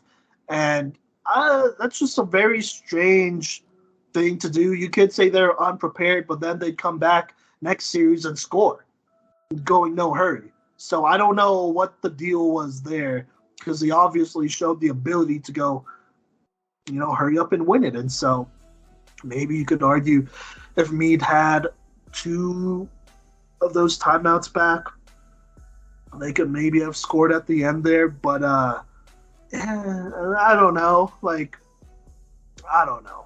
I think about this game a lot. This game was just close, is what it was. It was just a very close game, and I don't think there was anything that either of these teams could have done more, honestly. I think this could have went either way if maybe 1 or 2 plays exactly were different. So that's how this one ended. But Kodey or Mason, what were your reactions to this game, to the results, and all that great stuff as we wrap up 3A here? Yeah, no, I definitely want to just say I did not expect either of these teams to be in the state, finals, like the game. But man, just, like, we weren't at the game, Simon, you were. But God, we were watching the scores, and that was insane. So I just want to say, like, congratulations and great job to both of these squads for just making it there and proving us wrong. Kodey? I would like to take just a little bit of credit for feeling kind of high on Fort Morgan in the preseason. Obviously, I didn't call them a champion. I just said, that they're like maybe a tier below a contender. And in which case they proved us wrong in that sense. But I mean, Briggs Wheatley, man, he's a dog, and Frank Ortega's a dog. And I mean, they had a lot of other contributors. They played nasty, they played tough. This Fort Morgan program is a pretty successful program here in Colorado as far as football goes. They're hard-nosed, but they're adaptive at the same time. And I love the blend of old and new school that they have. They have a pretty expansive route tree, I would say, that allows, their quarterbacks to really show off their stuff, but also they put all their guys in great positions to make plays offensively and defensively. And then when they're dogs on top of that with the positions that they're put in, you end up with a championship team, a very well-coached team, and one that, clutch is in their DNA. 14-0, 21-14, 23-21, 21-17. those are a lot of close games. And I bet that, the coaching staff was probably the most happy because they're like, oh, thank God we don't have to coach another fourth quarter for another year because, this is like the most stressful month of football I've seen scoreboard-wise. So, huge shout-out to Fort Morgan and congratulations on your championship in Meade. They've been around the block plenty of times. They got to win one soon, I think, because they're fighting a reputation of sorts. And wait, but this was their first state championship. Yeah, but I mean, as far as close but no cigar. I mean, it's a pretty big deal to make it to state. It is. Maybe I just want them to win one soon. Maybe I'm just impatient. But and especially because our boy Scott Martinson's there, who I got to coach with. I want to see Scott walking around with a ring on. So let's get that chip to Meade because they're just such a great program and they produce plenty of studs. And God, 3A football, it's so dang good. It's so tough. There's not a level of football here in Colorado that just has like that kind of like futuristic, adaptive, modern play calling mixed with hard-nosed, grind it out, want to crush your enemy's bones kind of vibes in the football games. The rivalries here are so intense and they're so exciting, but they're still clean. There's not drama involved a lot here on this 3A level, I don't think, and I think that's what makes it so exciting to watch. I feel like it's watching just like a golden hour of football, but it's a small group though, whereas. Yeah. The next section that we'll be talking as far as 4A is just every team is so different, which is what makes that level exciting. Well, 3A to me honestly it feels like college football to a degree. It feels like high level, like the SEC, like you got your Bamas and Georgias and LSUs and one of the Mississippis, whether it's Ole Miss, Mississippi State, one of them makes it in there, does something. Florida's like each of these teams have very strong cultures and like very specific playing styles, and it's very unique to them. And it's good. Honestly, it's good. Like honestly, I probably wouldn't call for the jobs of any of the coaches that made the playoffs here. Even I know Meade has came up short a couple of times, but Coach Klatt is still leagues above like a lot, most of 4 and 5A, honestly. Yeah, these leagues above most of the coaches here in the Springs is what I was gonna say. And Durango's Coach Casimir, Fort Morgan's coach, Lutheran's coach as well, having to deal with what he did that week. They still almost won it, even though that was arguably their only bad game of the season. And look, Pueblo South even getting in there, Holy Family adjusting and trusting a young quarterback, Durango as well. But like I said, Northridge on the rise. This is an exciting group. And I don't know. I know 6A is coming around and it might split up some of these. And I hope that doesn't happen because I feel like this is it's so entertaining. I had a lot of fun covering 3A, honestly. I had a lot of fun covering all of them. But 3A especially, it just felt like, I don't know, like there's just some historical vibe to it, and not like it's just Cherry Creek and Valor Christian, that's it. It's like, no, there's like 10 teams that could have been in here, right? So, Mason, do you agree with that? Any last words on 3A? No, 100% I agree. I think 3A was one of my favorites to cover this year just because you couldn't tell who was going to be the best. You just couldn't. All season, it was back and forth between, this team, that team. Obviously, you have your front runners, like Lutheran looking good all year. But some teams look good one week, and like Meade, like you said, Meade lost 2 games, and you were ready to give up on them. Then they were in the state championship game. So, like, it's going to be insane to see next year. But I hope 6A doesn't, mess it up. But, it is what it is. And we're here to cover it. So, moving on. Well, that wraps up 3A. Okay, what's good, y'all? It's one of your co-hosts, Simon, aka Coach V. just wanted to go ahead and record this intro here. We had to split up the recordings because these were getting really long, and so this episode, as you could probably see, is 1A, 2A, 3A season in review. On Friday, we have 4A and 5A drop-in, so you could check that out. We just wanted to separate these so it's easier for you to listen to, but just wanted to make sure I record this intro here. Go ahead and give us a follow on our social medias. That's Facebook, Instagram, Twitter, and TikTok at Playmakers Corner. And then also go ahead and subscribe and follow us on Twitch. We will be going live there, and we'll go live on Instagram and TikTok at the same time, but we will just basically be showing our Twitch live stream there. As on our Twitch, we are gonna go live and break down some films there, so you could see our, I guess, raw reactions and our process. And then in addition, we are also going to talk about other things like Team Full Gorilla tryouts, Ducks tryouts, just talk about the vibes there. And so if you want to check that out, go ahead and follow us on Twitch. We'll announce when we go live. And you know what? Go ahead and subscribe to our YouTube channel at Playmakers Corner.